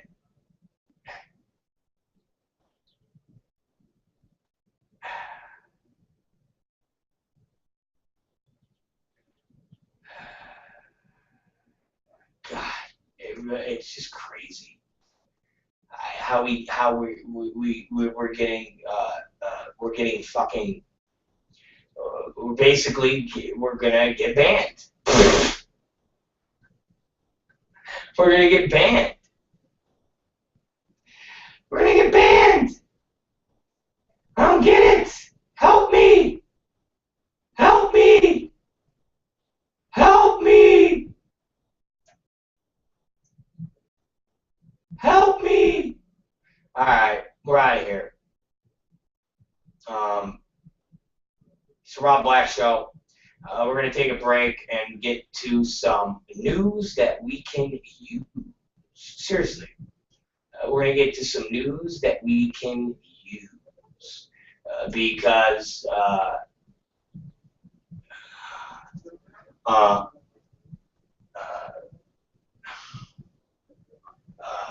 we're going to get on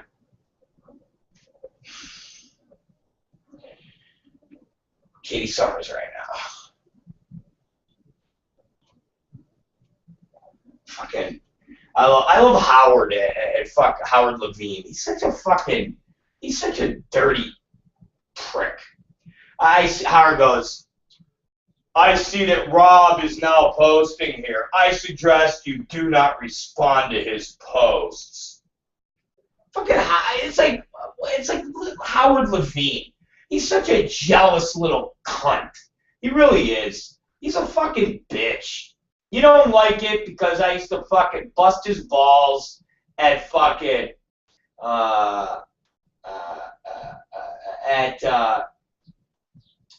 over at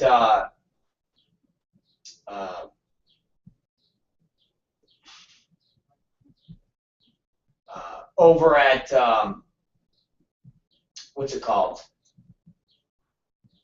Over at when we worked at Jerry Estrada's at Juicy. It's pretty funny. It's very funny. But hey, it's Howard. It's Howard. It's fucking Howard. What are you gonna do? And I was just going through here, and it's just funny when I'm looking at people's posts, and it's just funny when you see.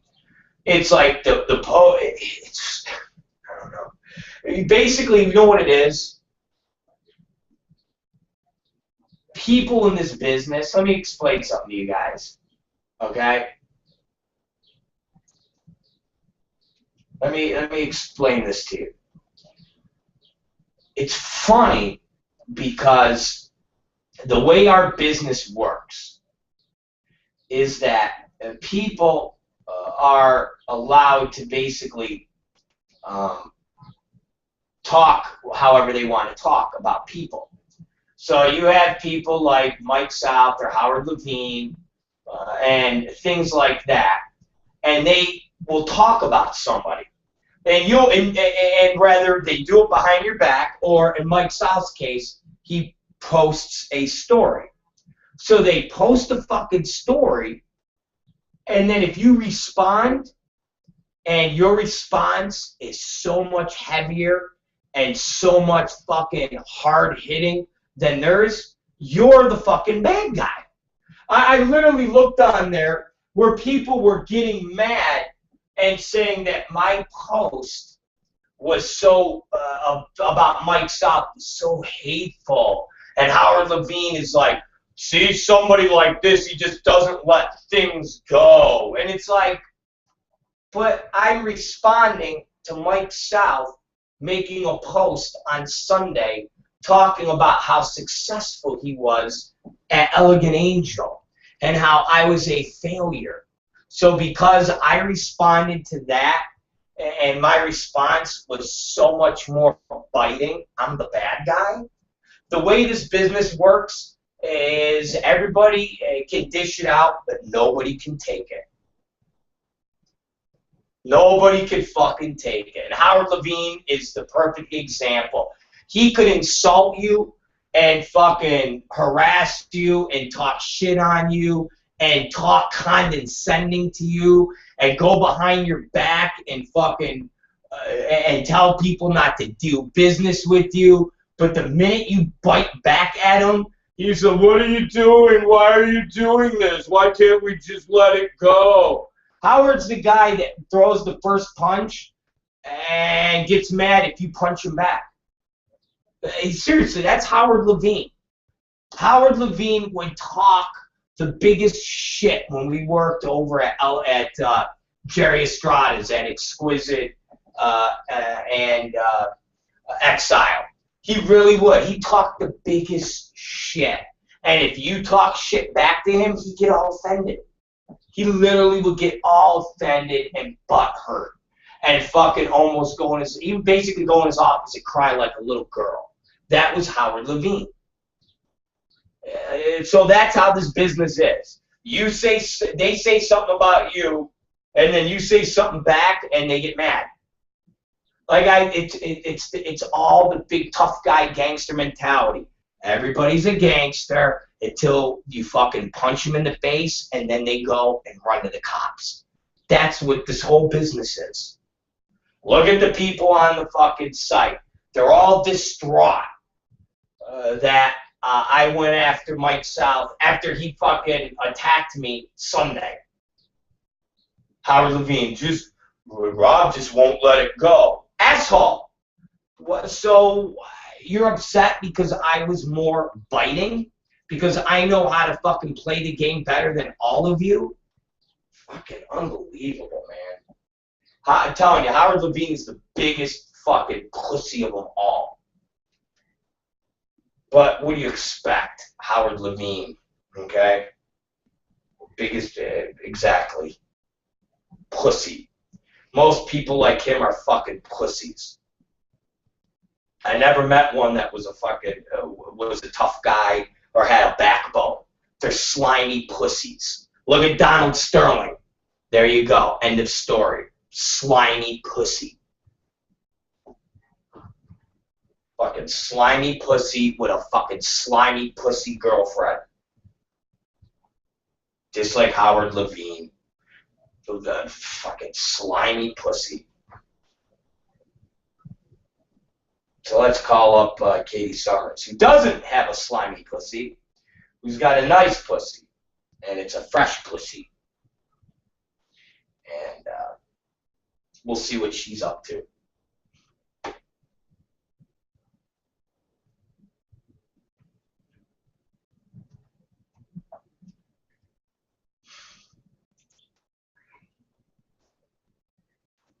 Hello, Katie Summers. How are you? Well, the question, I have more of a question. My question is really, how are you? Because I felt this morning when I left your humble abode, you seem to be not in a joyous, happy mood. You seem to be in a grumpy mood. You seem to be in a mood that you don't like Rob Black anymore mood. I was feeling that when you woke up this morning and you looked over and seen me laying in your bed, you wish I wasn't there. That's what I was feeling.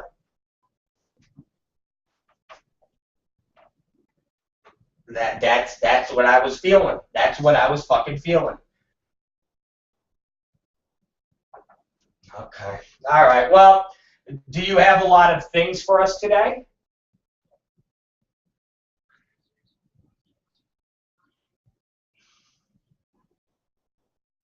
Oh. Well, let's do your intro right now, and here it is. The news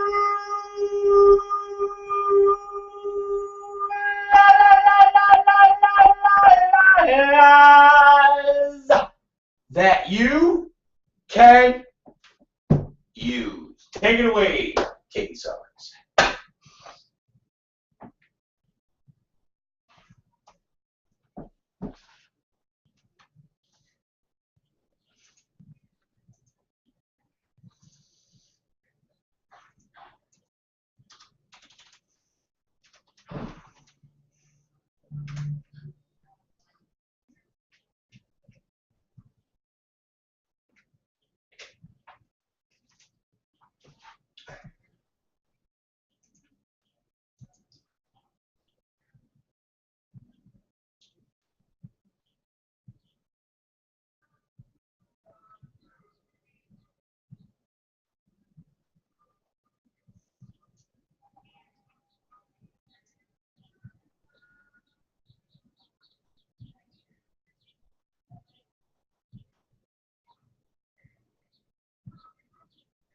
Yeah, that's pretty funny. And they do say no to everything. They're fucking scumbags.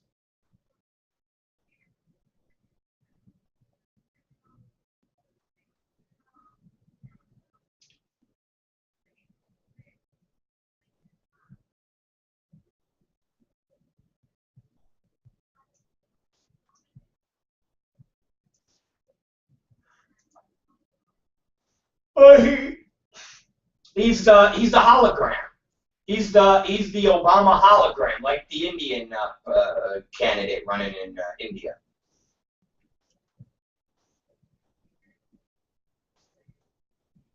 Yes, I have.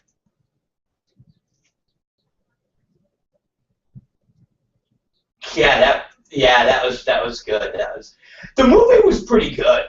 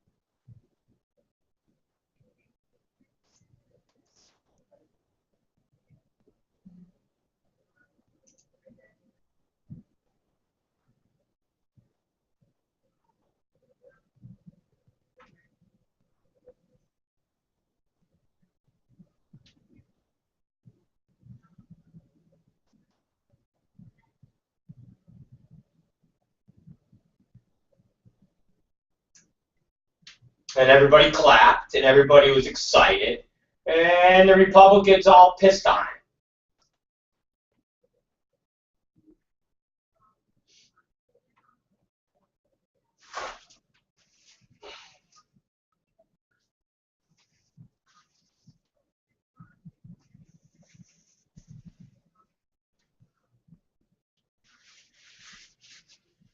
That's Obama's midterm speech to try to get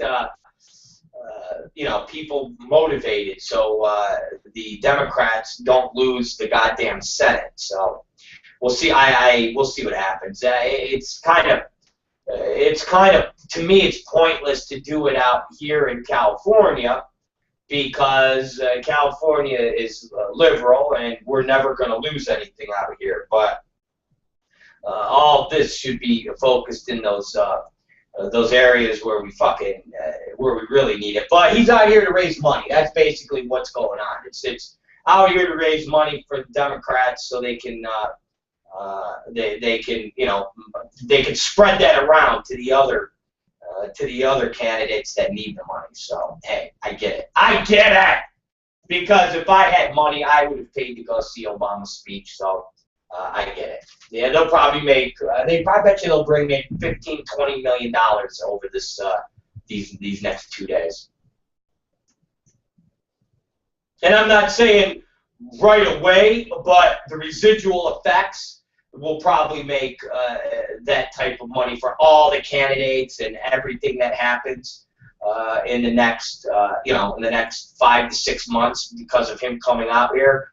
All the extra motivation, all the extra people that will, go out to rallies after. You'll see, it will generate big revenue over the next. Up to midterms, it's going to generate millions and millions and millions and millions of dollars. So, all right, I love it. Give it to me. Give it to me. Give me more.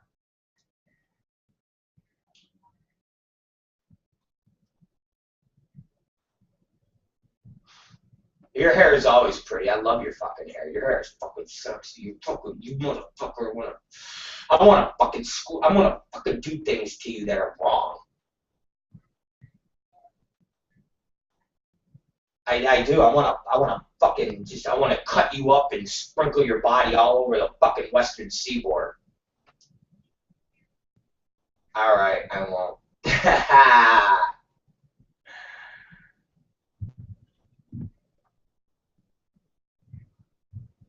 Oh Jesus.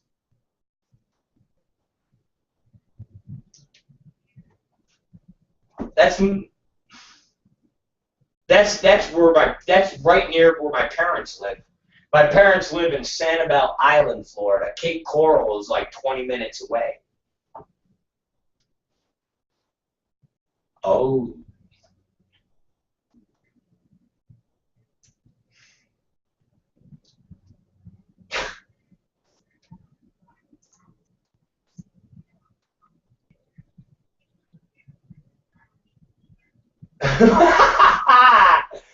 Oh yeah! What the Jew versus Nazis beer pong?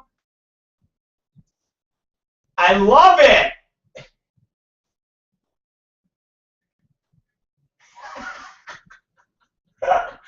One side's the swastika, and the other side's the Star of David. All right, and then what did they do? They did this beer pong.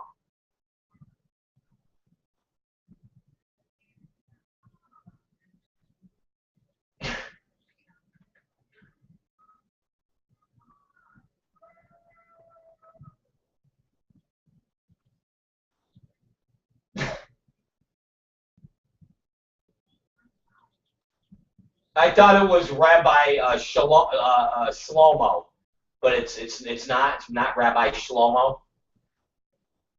Okay, sorry.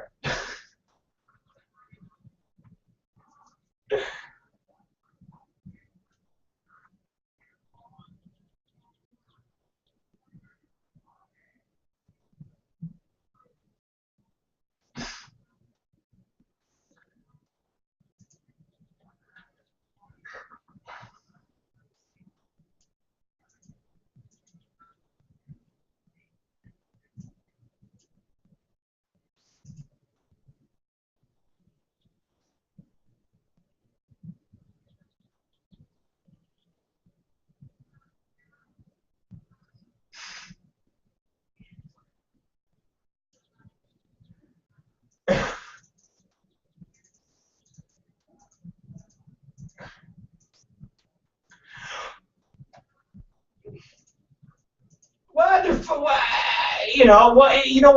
What's funny is that it just kind of shows you, and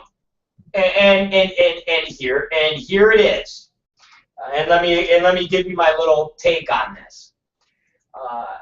It's kind of like our society being damned if we do, damned if we don't. Meaning this: everybody loves the fact that we are in a society now where our young people are growing up, and our young people that are assuming positions of power and or having the right to vote are breaking away the barriers that, for where we have gays,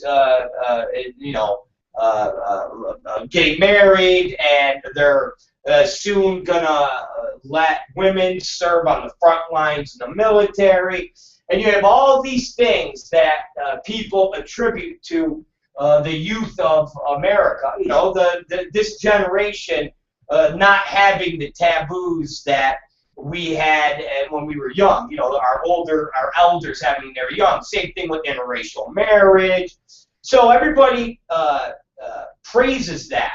But when this happens, everybody gets offended. And this is just one more step at the fact that, you know, a couple 18-year-old kids hanging out at a party, and a couple of them are Jews, a couple of them are Germans, that they aren't looking at what happened in Nazi Germany in the 50s as something that when they're at a party and someone goes, hey, this such and such a Jew joke or a German joke, and they go, oh my God, I am so offended. Listen, if we're in a society where all of these kids are tolerant to fucking all of these fucking issues that people contribute our society for being better when it comes to racism and homophobia and all this stuff, then how do you condemn a bunch of kids that are like, hey, we're Jews and they're our German friends and we're going to play Nazi versus the Jews? And they laugh and they joke and they don't sit there and go, oh, we can't talk like this because it might offend our, you know, it might offend our friend fucking Steve Shlomo over here who gets ultra the sense. You got to take the good with the bad. And these kids, listen, at some point, as we get more and more in time, the whole German era of the Nazi regime and the Holocaust is really going to get to the point where slavery has become in America, because in America, everybody jokes about slavery. Saturday Night Live does jokes about slaves. Everybody does jokes about slaves. But doing jokes about the Nazis and the Holocaust and Jews is something that's a little too edgy. But this just shows that it's not. And kids in this era are going, listen, man, that happened, you know, 50, 60 years ago. If we're not looking at slavery as something that we have to tiptoe around and we can't make jokes about, why the fuck do we got to tiptoe around Nazis versus the Jews and beer pong? Am I wrong or am I right, though? I mean, think about how many... Saturday Night Live had big controversy this past weekend because one of their black cast members did a skit on Weekend Update where she was talking about how she's a big, she's a large black single woman, and she would have been prime pickings in the slave days because she had a lot to offer. And people were a little like, ooh, that was a little edgy. Why is she talking like that? And she was like, fuck you guys. She was like, if Chris Rock or David Chappelle and these guys said the same joke, you would all give them a pass. You're just bitching at me because I'm a girl. But there's somebody that's making slave jokes. And, you know, at the end of the day, Chris Rock does it, everybody does it. Slavery is a joke. Slavery is something that people joke about. I don't necessarily feel that it's a real laughing matter, but at the end of the day, people joke about it. So why the fuck can't a couple kids play Jew versus Nazi beer pong? Why not?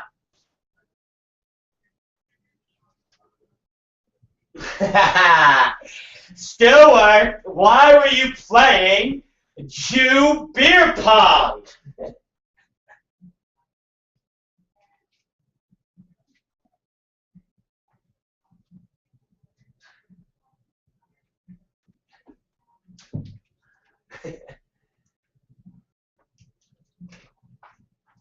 How would you, she was like, how would you like it?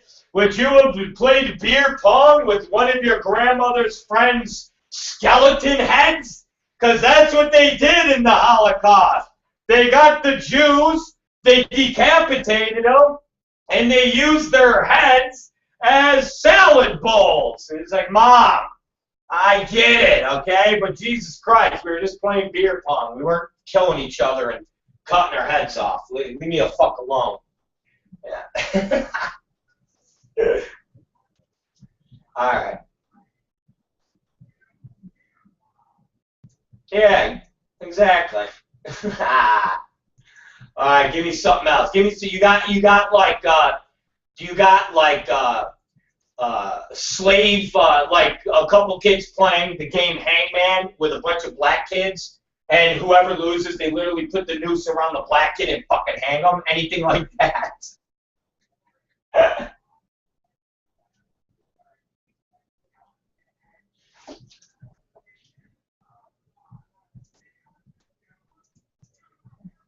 Oh.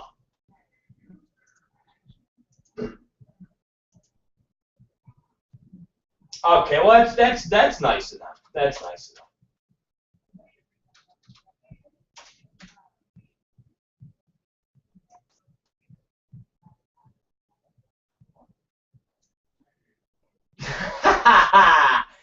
And be outraged. What? What?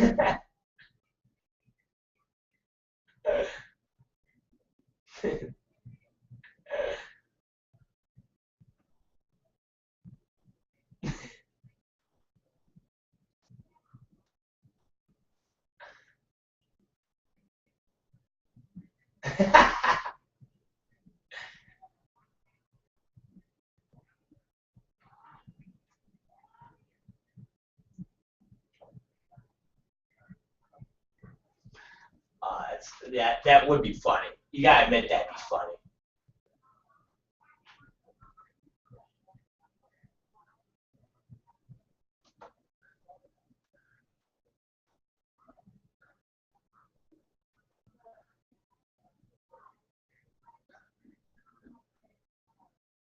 It'd be funny. Shalom.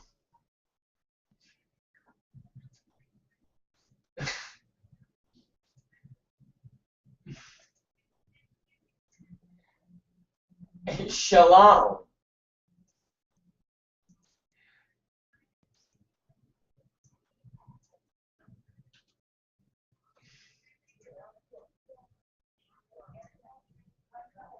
Oh, gee. Uh-oh.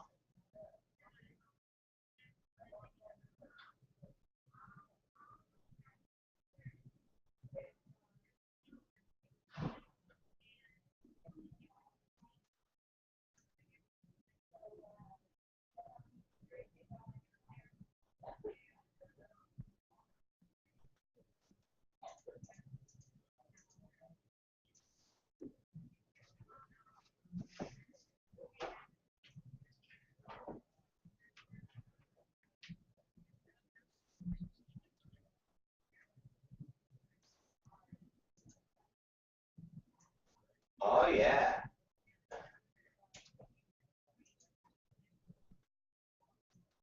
It might be fucking Captain America. What are they talking about? Captain America's like fucking S.H.I.E.L.D. maybe coming in there.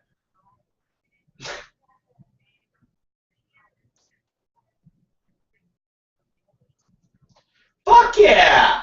So fucking Transformers! What are you kidding me?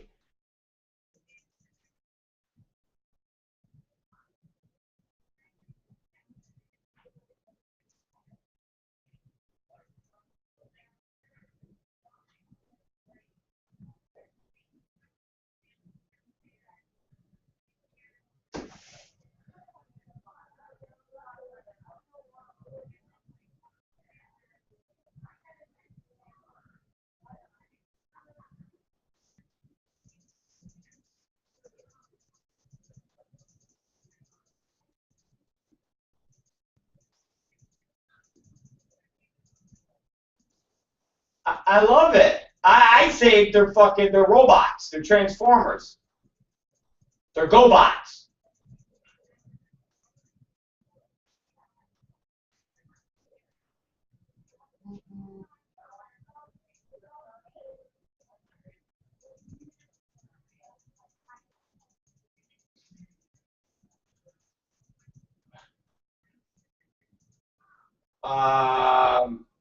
Jesus Christ, who? Optimus Prime. Megatron. It's fucking Megatron.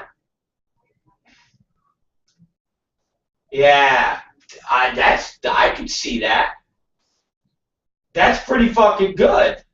I'm digging it. I'm digging it.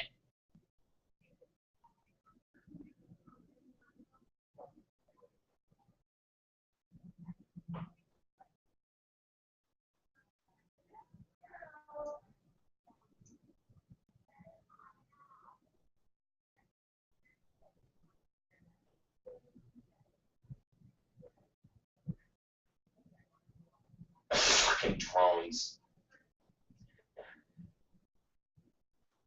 Alright, it's drones.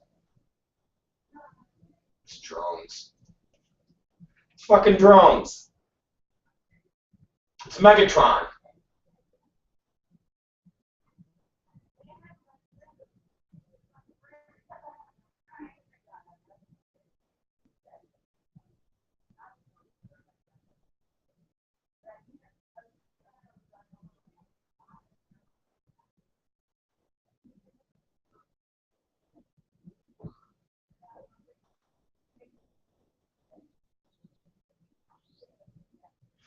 No, I don't even know. Fuck, I don't know. Jersey Shore, you know, I don't even fucking know. That's a good question. I don't know. Whatever. What happened there? Tell me what happened.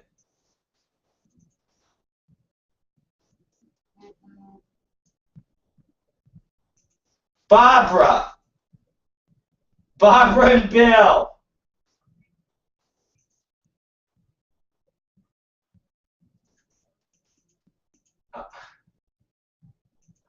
And corned beef. And corned beef.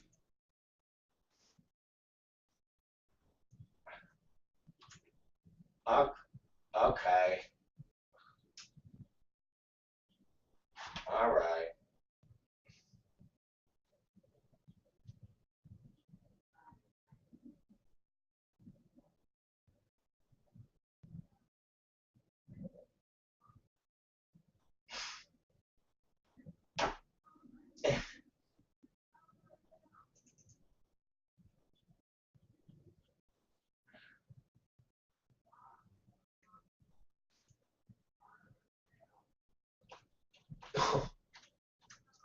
Why?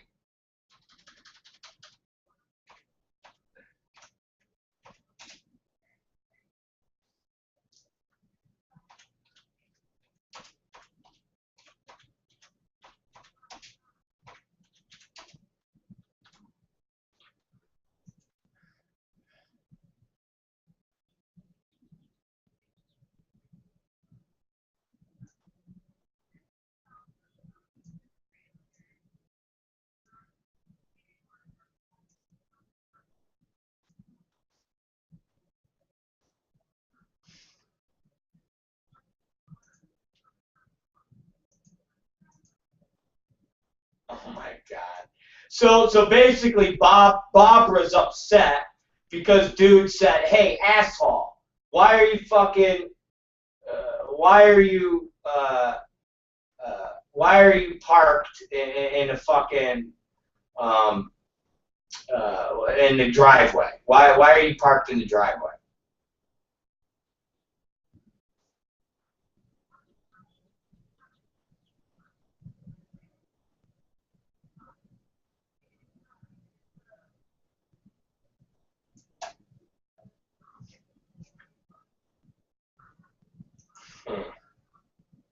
All right. Well, I don't know.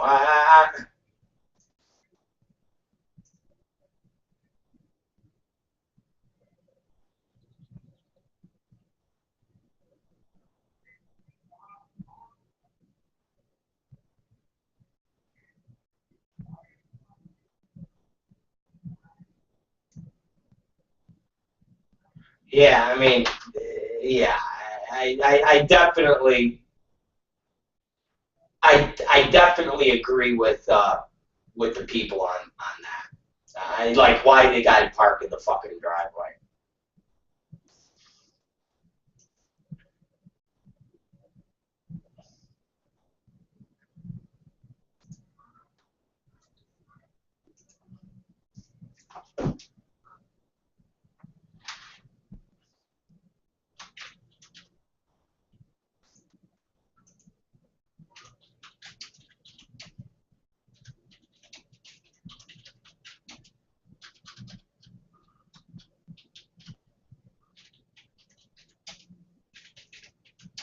All right.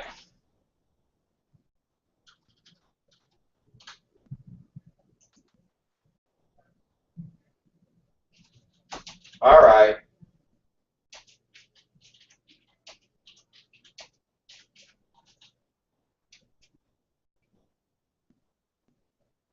It's called what?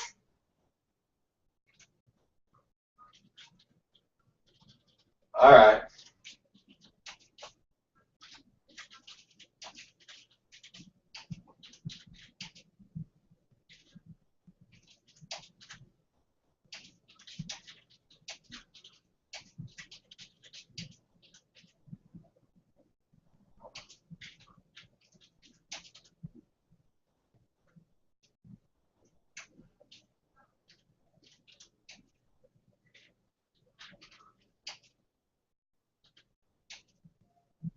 That's pretty nasty.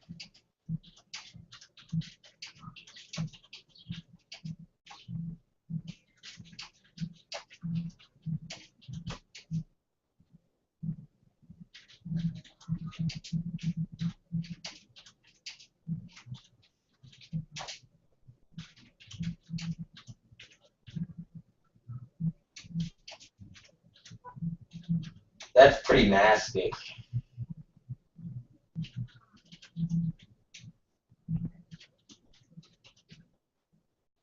All right, well, mosquitoes are just nasty in general.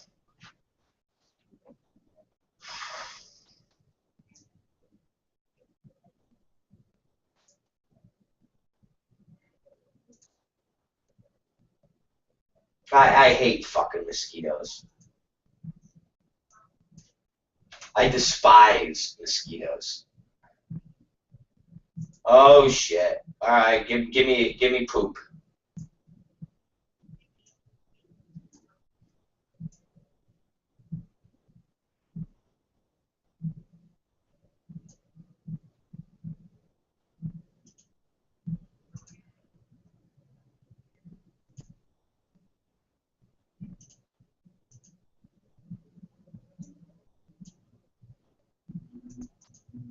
All right.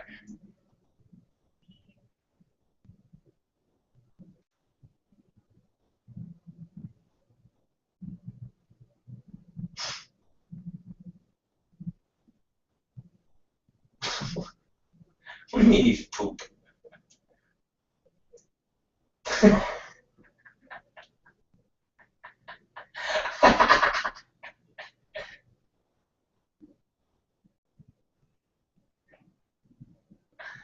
It's awesome.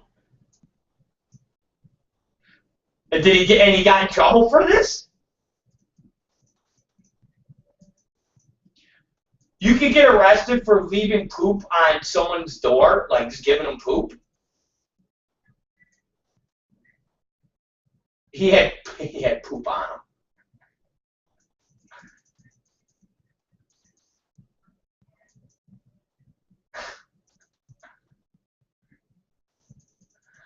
Oh man. So you can't poop on motherfuckers like lawn, wow. I don't know. Well, okay.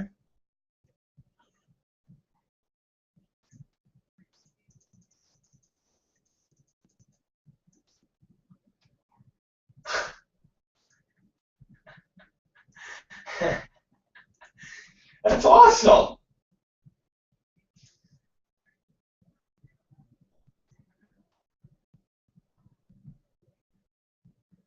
Molesting a school administrator. Wow.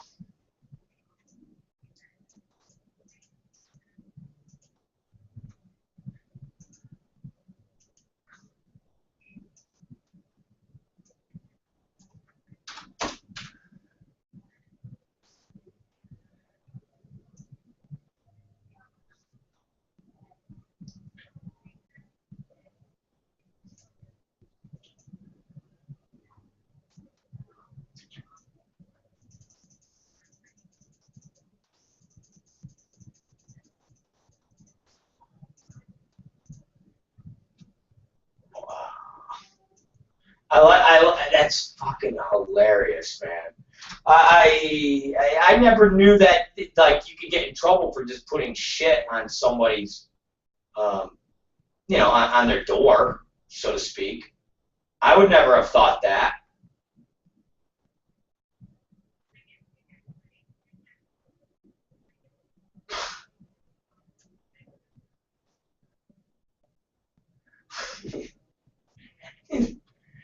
being a nuisance.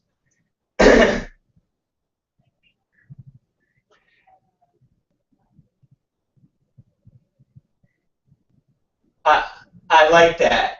This is fucking he's being a nuisance. It's like, you know, bro, you're being a nuisance. Okay, one bag of shit on somebody's fucking porch is one thing, but you're crossing the line. You're being fucking annoying with like multiple bags of shit.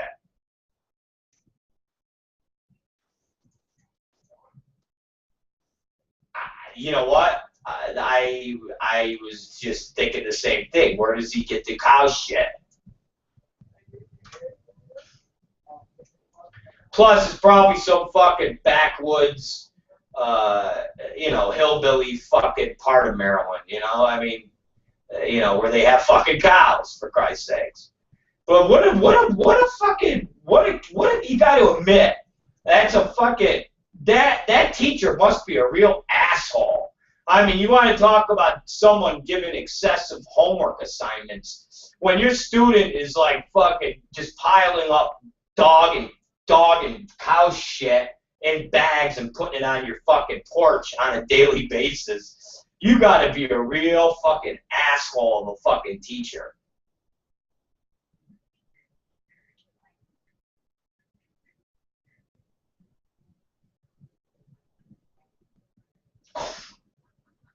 Why do you go to fuck the kid's girlfriend? Why do you go right?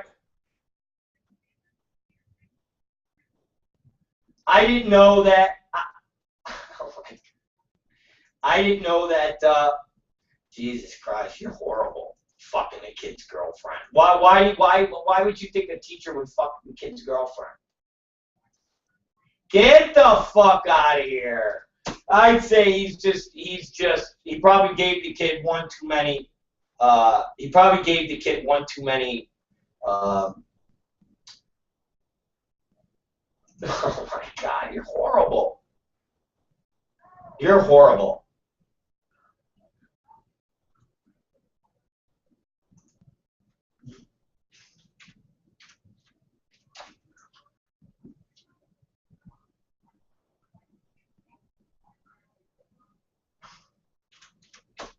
I'll give you that.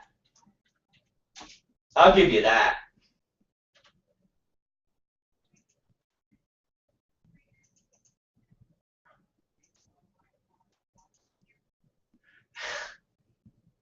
Yes. Yes. What's wrong with that?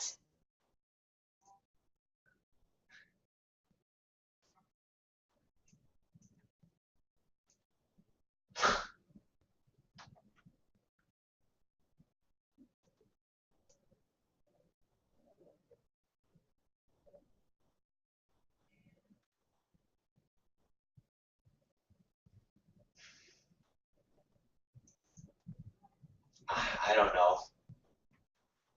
I want to know whose grandmother do you know that's doing fucking heroin?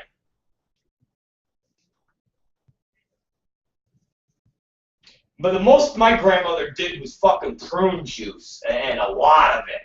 I mean, where the fuck do you get a grandmother that's just fucking doing heroin? I mean, that's a die-hard grandmother, man.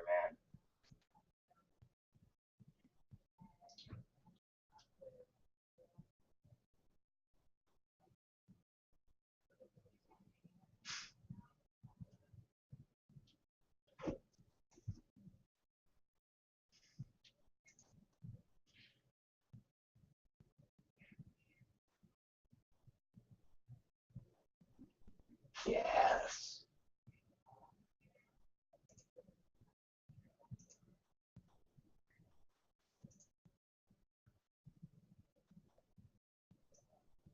True.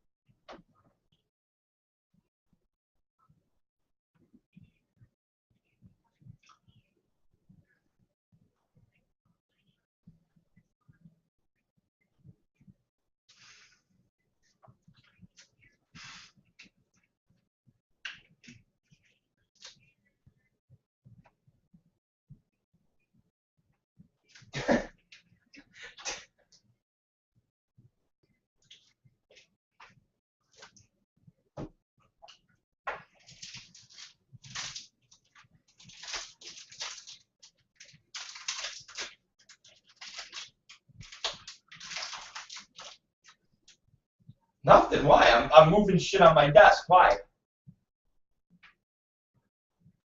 I'm sorry. I won't do that again. I am. I'm stopping it.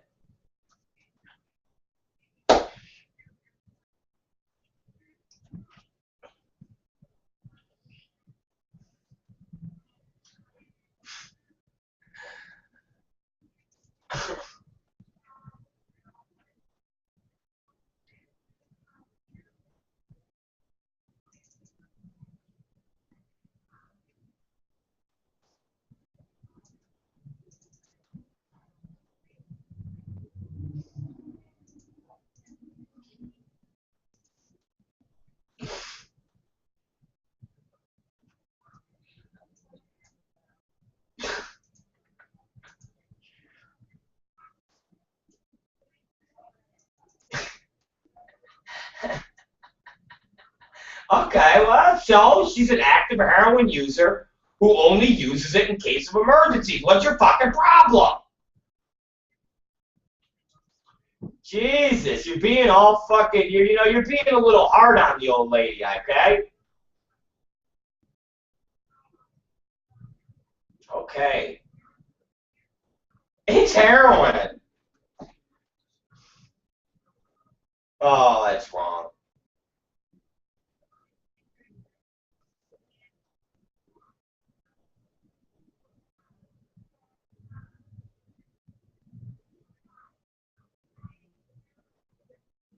Oh, Jesus.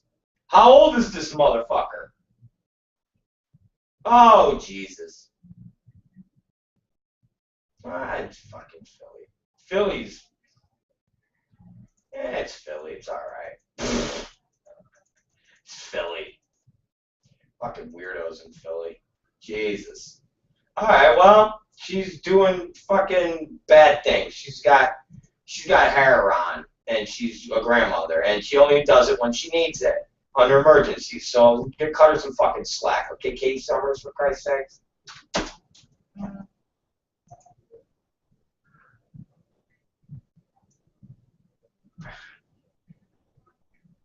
You don't support heroin. Heroin, you don't support heroin. All right, well, heroin is not something you support. You are a no to heroin. Okay. Well, I'm glad that we know that you are a staunch non-supporter of heroin. The snorting brown sugar. I like that. I never heard that called. I've never heard that saying, snorting the brown sugar. I like that. You're quite colorful with your words, I must say. She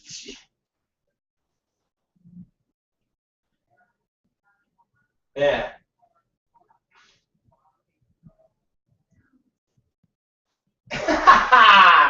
You watched a lot of A&E intervention shows, is what you're saying.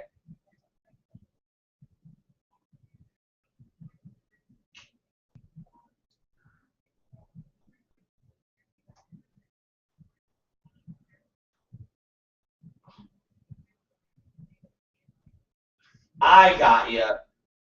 You watch those shows. That's a big watcher for you.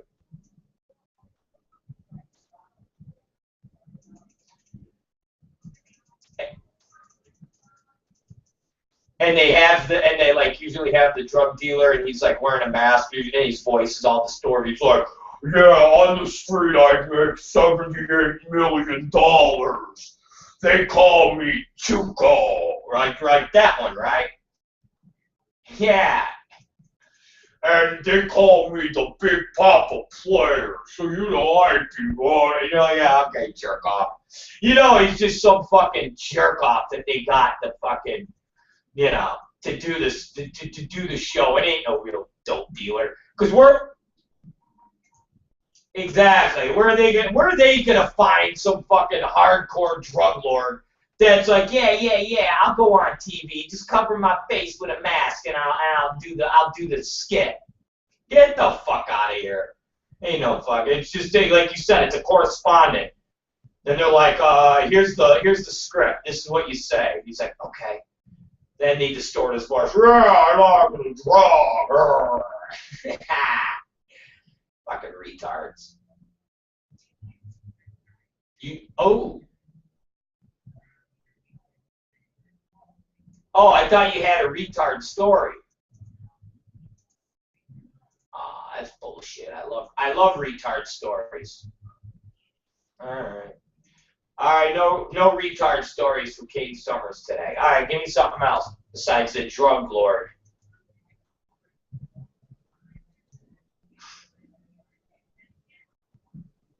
Yeah. Oh my.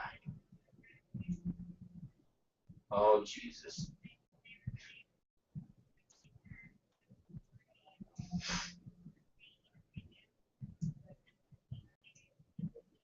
Oh Jesus.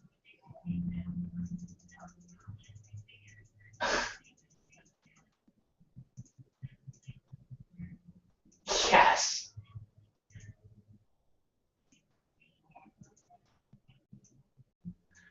What? Yes. Yes. But the funny thing is, I thought you were going to tell me something a lot more like hardcore than that.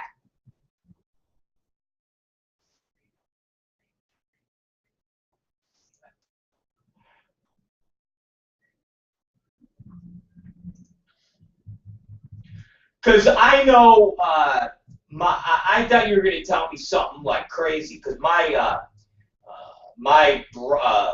cousin Bruce was in a fraternity at Syracuse University, and one of the things that they would make them do is they would do a thing called an ookie cookie. And so, and you've seen it in other TV shows, and it's legit. They really did this shit. And when I say TV shows, I'm not talking about something on ABC Network or something like that.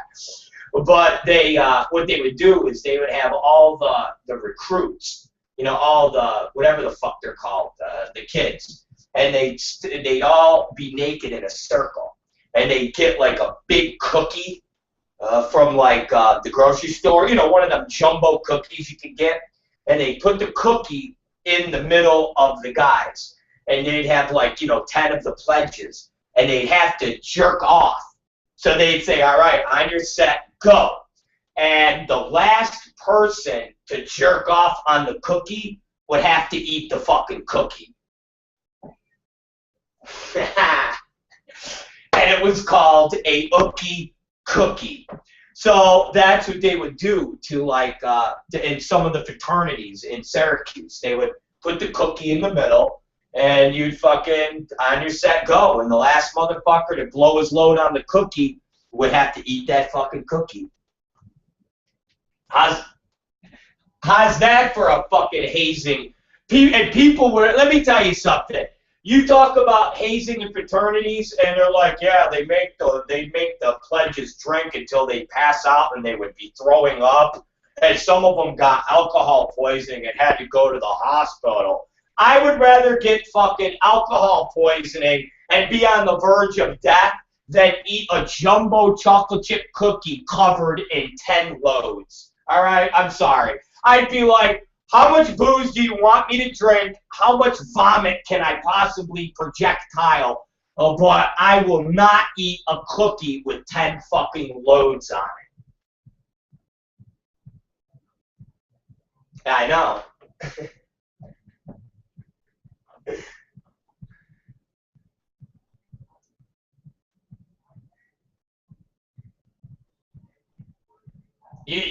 And who knows? And girls there, and girls are just as fucking vile. You know what I mean? Those girl fraternities were doing just as vile shit.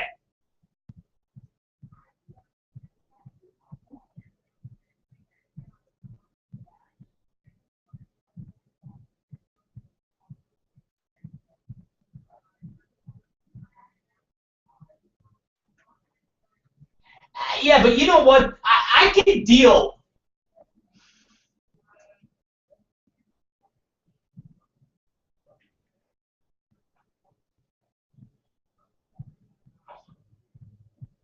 See, I could deal with the violent stuff and the booze stuff. Like, you know, okay, everybody's gonna punch you in the stomach. Ah, okay, great.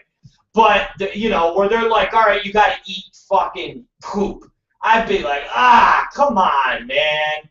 You know, that type of shit. The shit you hear where motherfuckers are eating cum and doing stuff like that, nah, I couldn't do it. I'd be like, come on, man.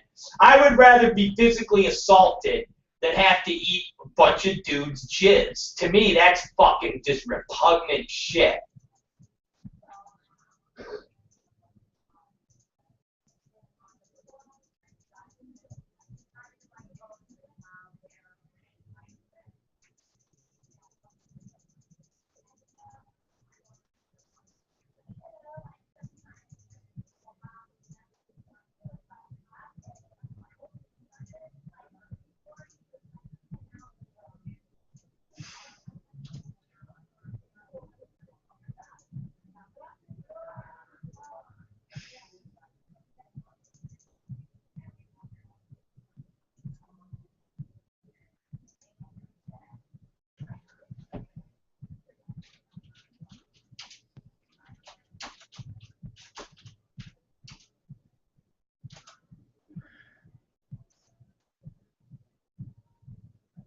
Oh yeah, no, honey, trust me. They have clamped down because people. That's why I was saying, people have died in the hazing because they do all those drinking games and they do that stuff. And I was saying, that's why, you know, I'd rather get fucking I'd rather fucking vomit on myself than to be eating poop and stuff. And the fraternities have clamped down because there's been a couple schools where people have died from the whole hazing thing. So yeah, I mean, they don't look to the hazing thing too well in the grand scheme of things.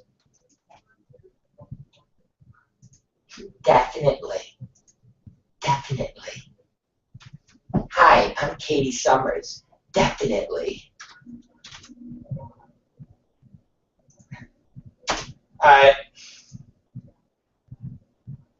Oh, Jesus.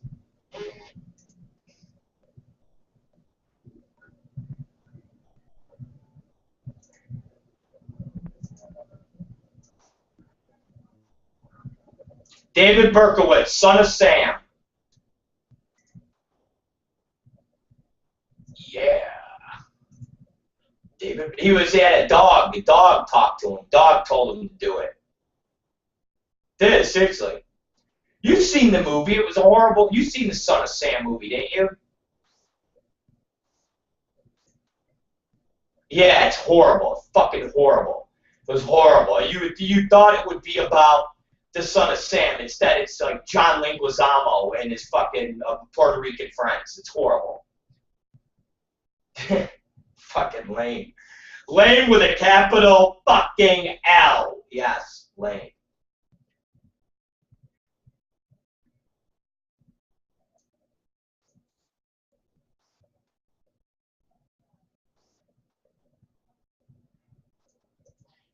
Yeah! Woo! Fucking victory, baby. In World War II, that's what we do, man. We kick ass in World War II. All right, that's it.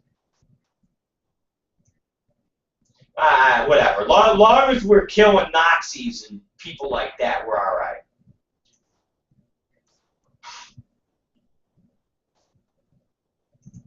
Yeah, the Nazis, they just took it a little too far. Hitler was all right. He just took it a little bit too far, according to Mark Schott. He just took it a little bit too far. Yeah. He just took it a little too far. He just took it a little too far.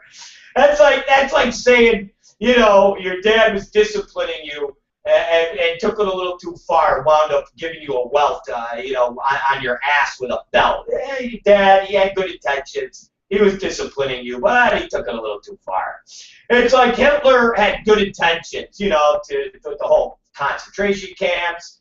But after, you know, the first 500,000 Jew extermination, he took it a little too far.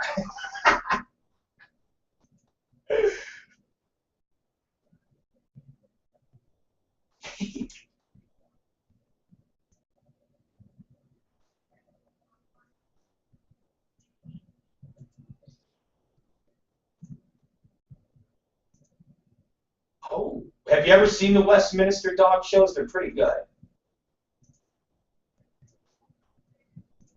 Oh, shit. You watch them with your grandma. Yeah. Fuck yeah.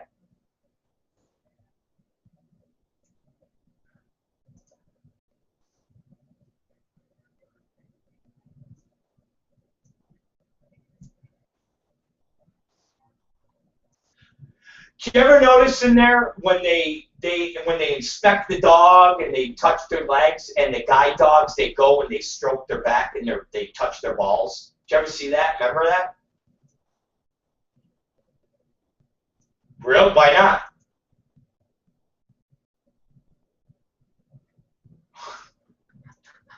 not? Stupid.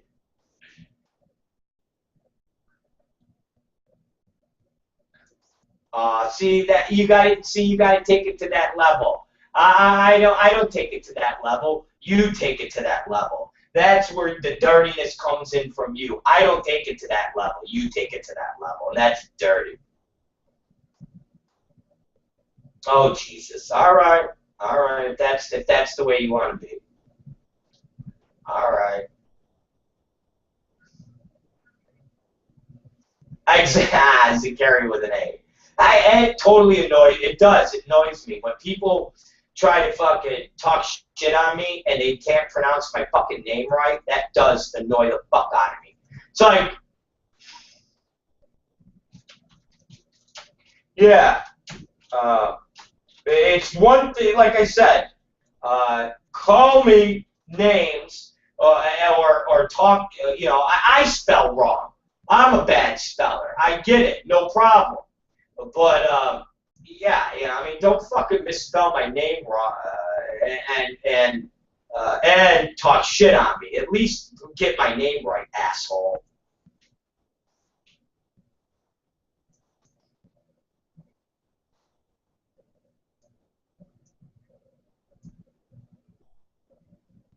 Yeah, and it's so easy to get my name right.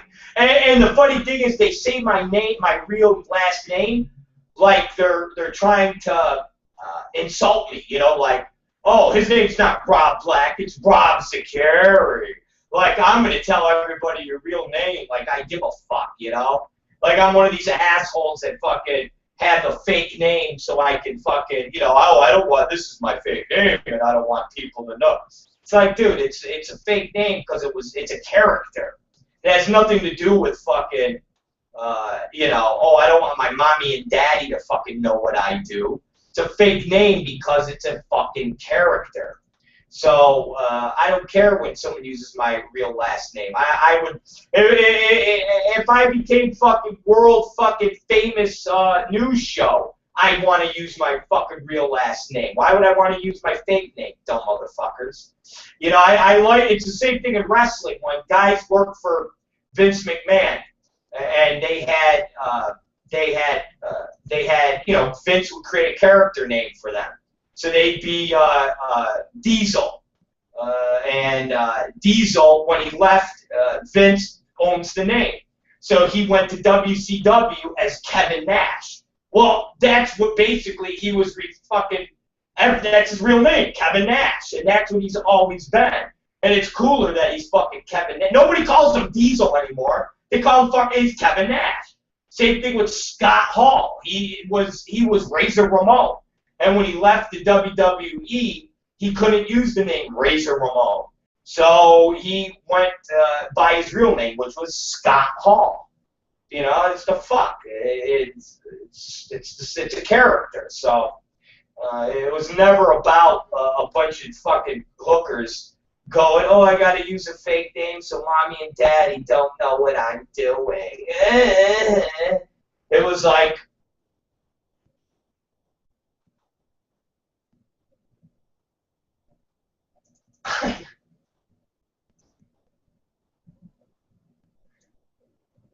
exactly. It's like asshole. Yeah. So, anyways, and what else? You got any other news? You know, any other day in history, whatever the fuck it is. All right, baby. All right. Well, that was the big newscast of the day. That was the news that we can use.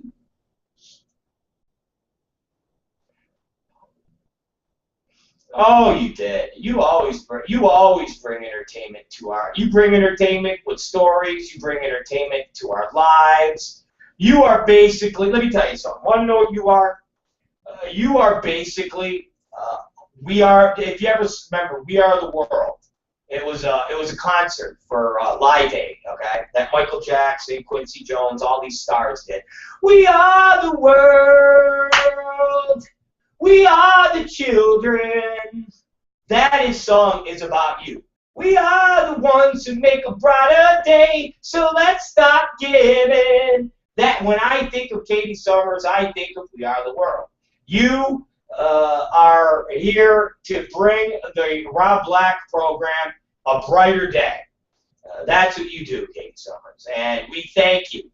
And we don't want you to stop giving, okay? We want you to keep giving. We want you to keep giving and giving and giving until you cannot give anymore. And when you cannot give anymore, you give some more. And you just never stop giving. And that's what we like. So, thank you. Tell everybody where Katie Summers is going to be.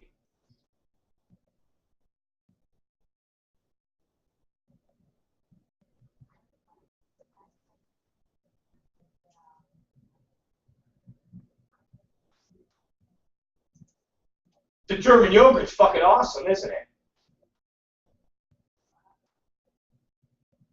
The German yogurt's awesome.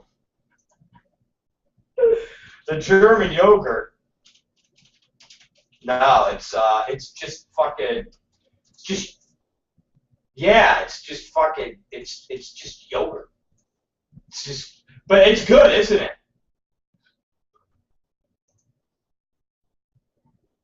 Yeah, but this is what I got last night was just vanilla, motherfucker. Oh, you want everybody to know what your fucking favorite yogurt is. Okay, well, aren't you fucking special? All right. Well, Katie Summers, you are great. We will see you later on. We're going to be done with the show. We're going to leave here, and we're going to visit the new set of the Rob Black program. And we're going to see how the construction is going on that set. So we will give you an update later. What do you think of that? Does that sound fantastic, motherfucker? All right. All right. Au revoir, Katie Summers. Au revoir. Goodbye. All right, ladies and gentlemen, that was it. That was Katie Summers, and she is off. All right, she's off. She's gone. Finished. Finito. She ain't here no more. It's over. If you missed her, you missed the news of the day. Yes, you missed the news of the day. All right, ladies and gentlemen. Well, it's the Rob Black Show. We are done. We're finished here. It's over. And we're going to sign off. We're going to go check on the new set.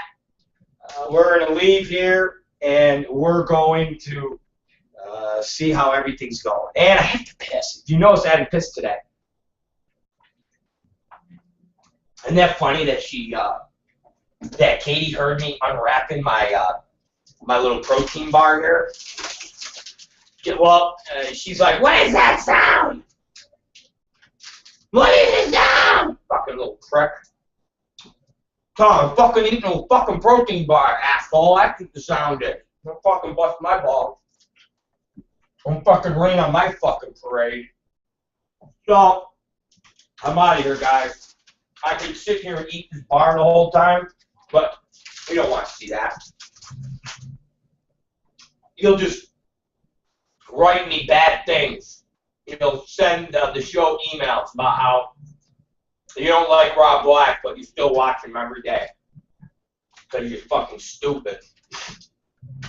You're fucking stupid. We'll see you tomorrow at, what time? Noon? We'll see you guys tomorrow at noon. Yeah. Noon. And remember, retards that listen to me, but say they don't, and then they comment about me.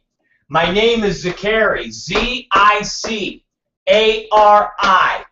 Get the spelling of my name right, okay? You can spell everything else wrong because I spell shit wrong. But don't misspell my fucking name when you're trying to use my name as some bit of an insult.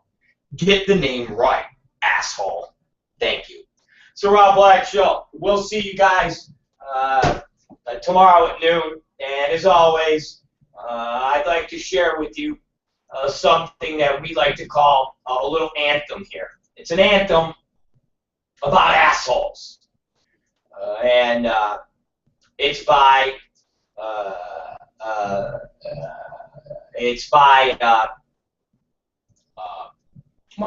Slayer. And we'll leave you with this.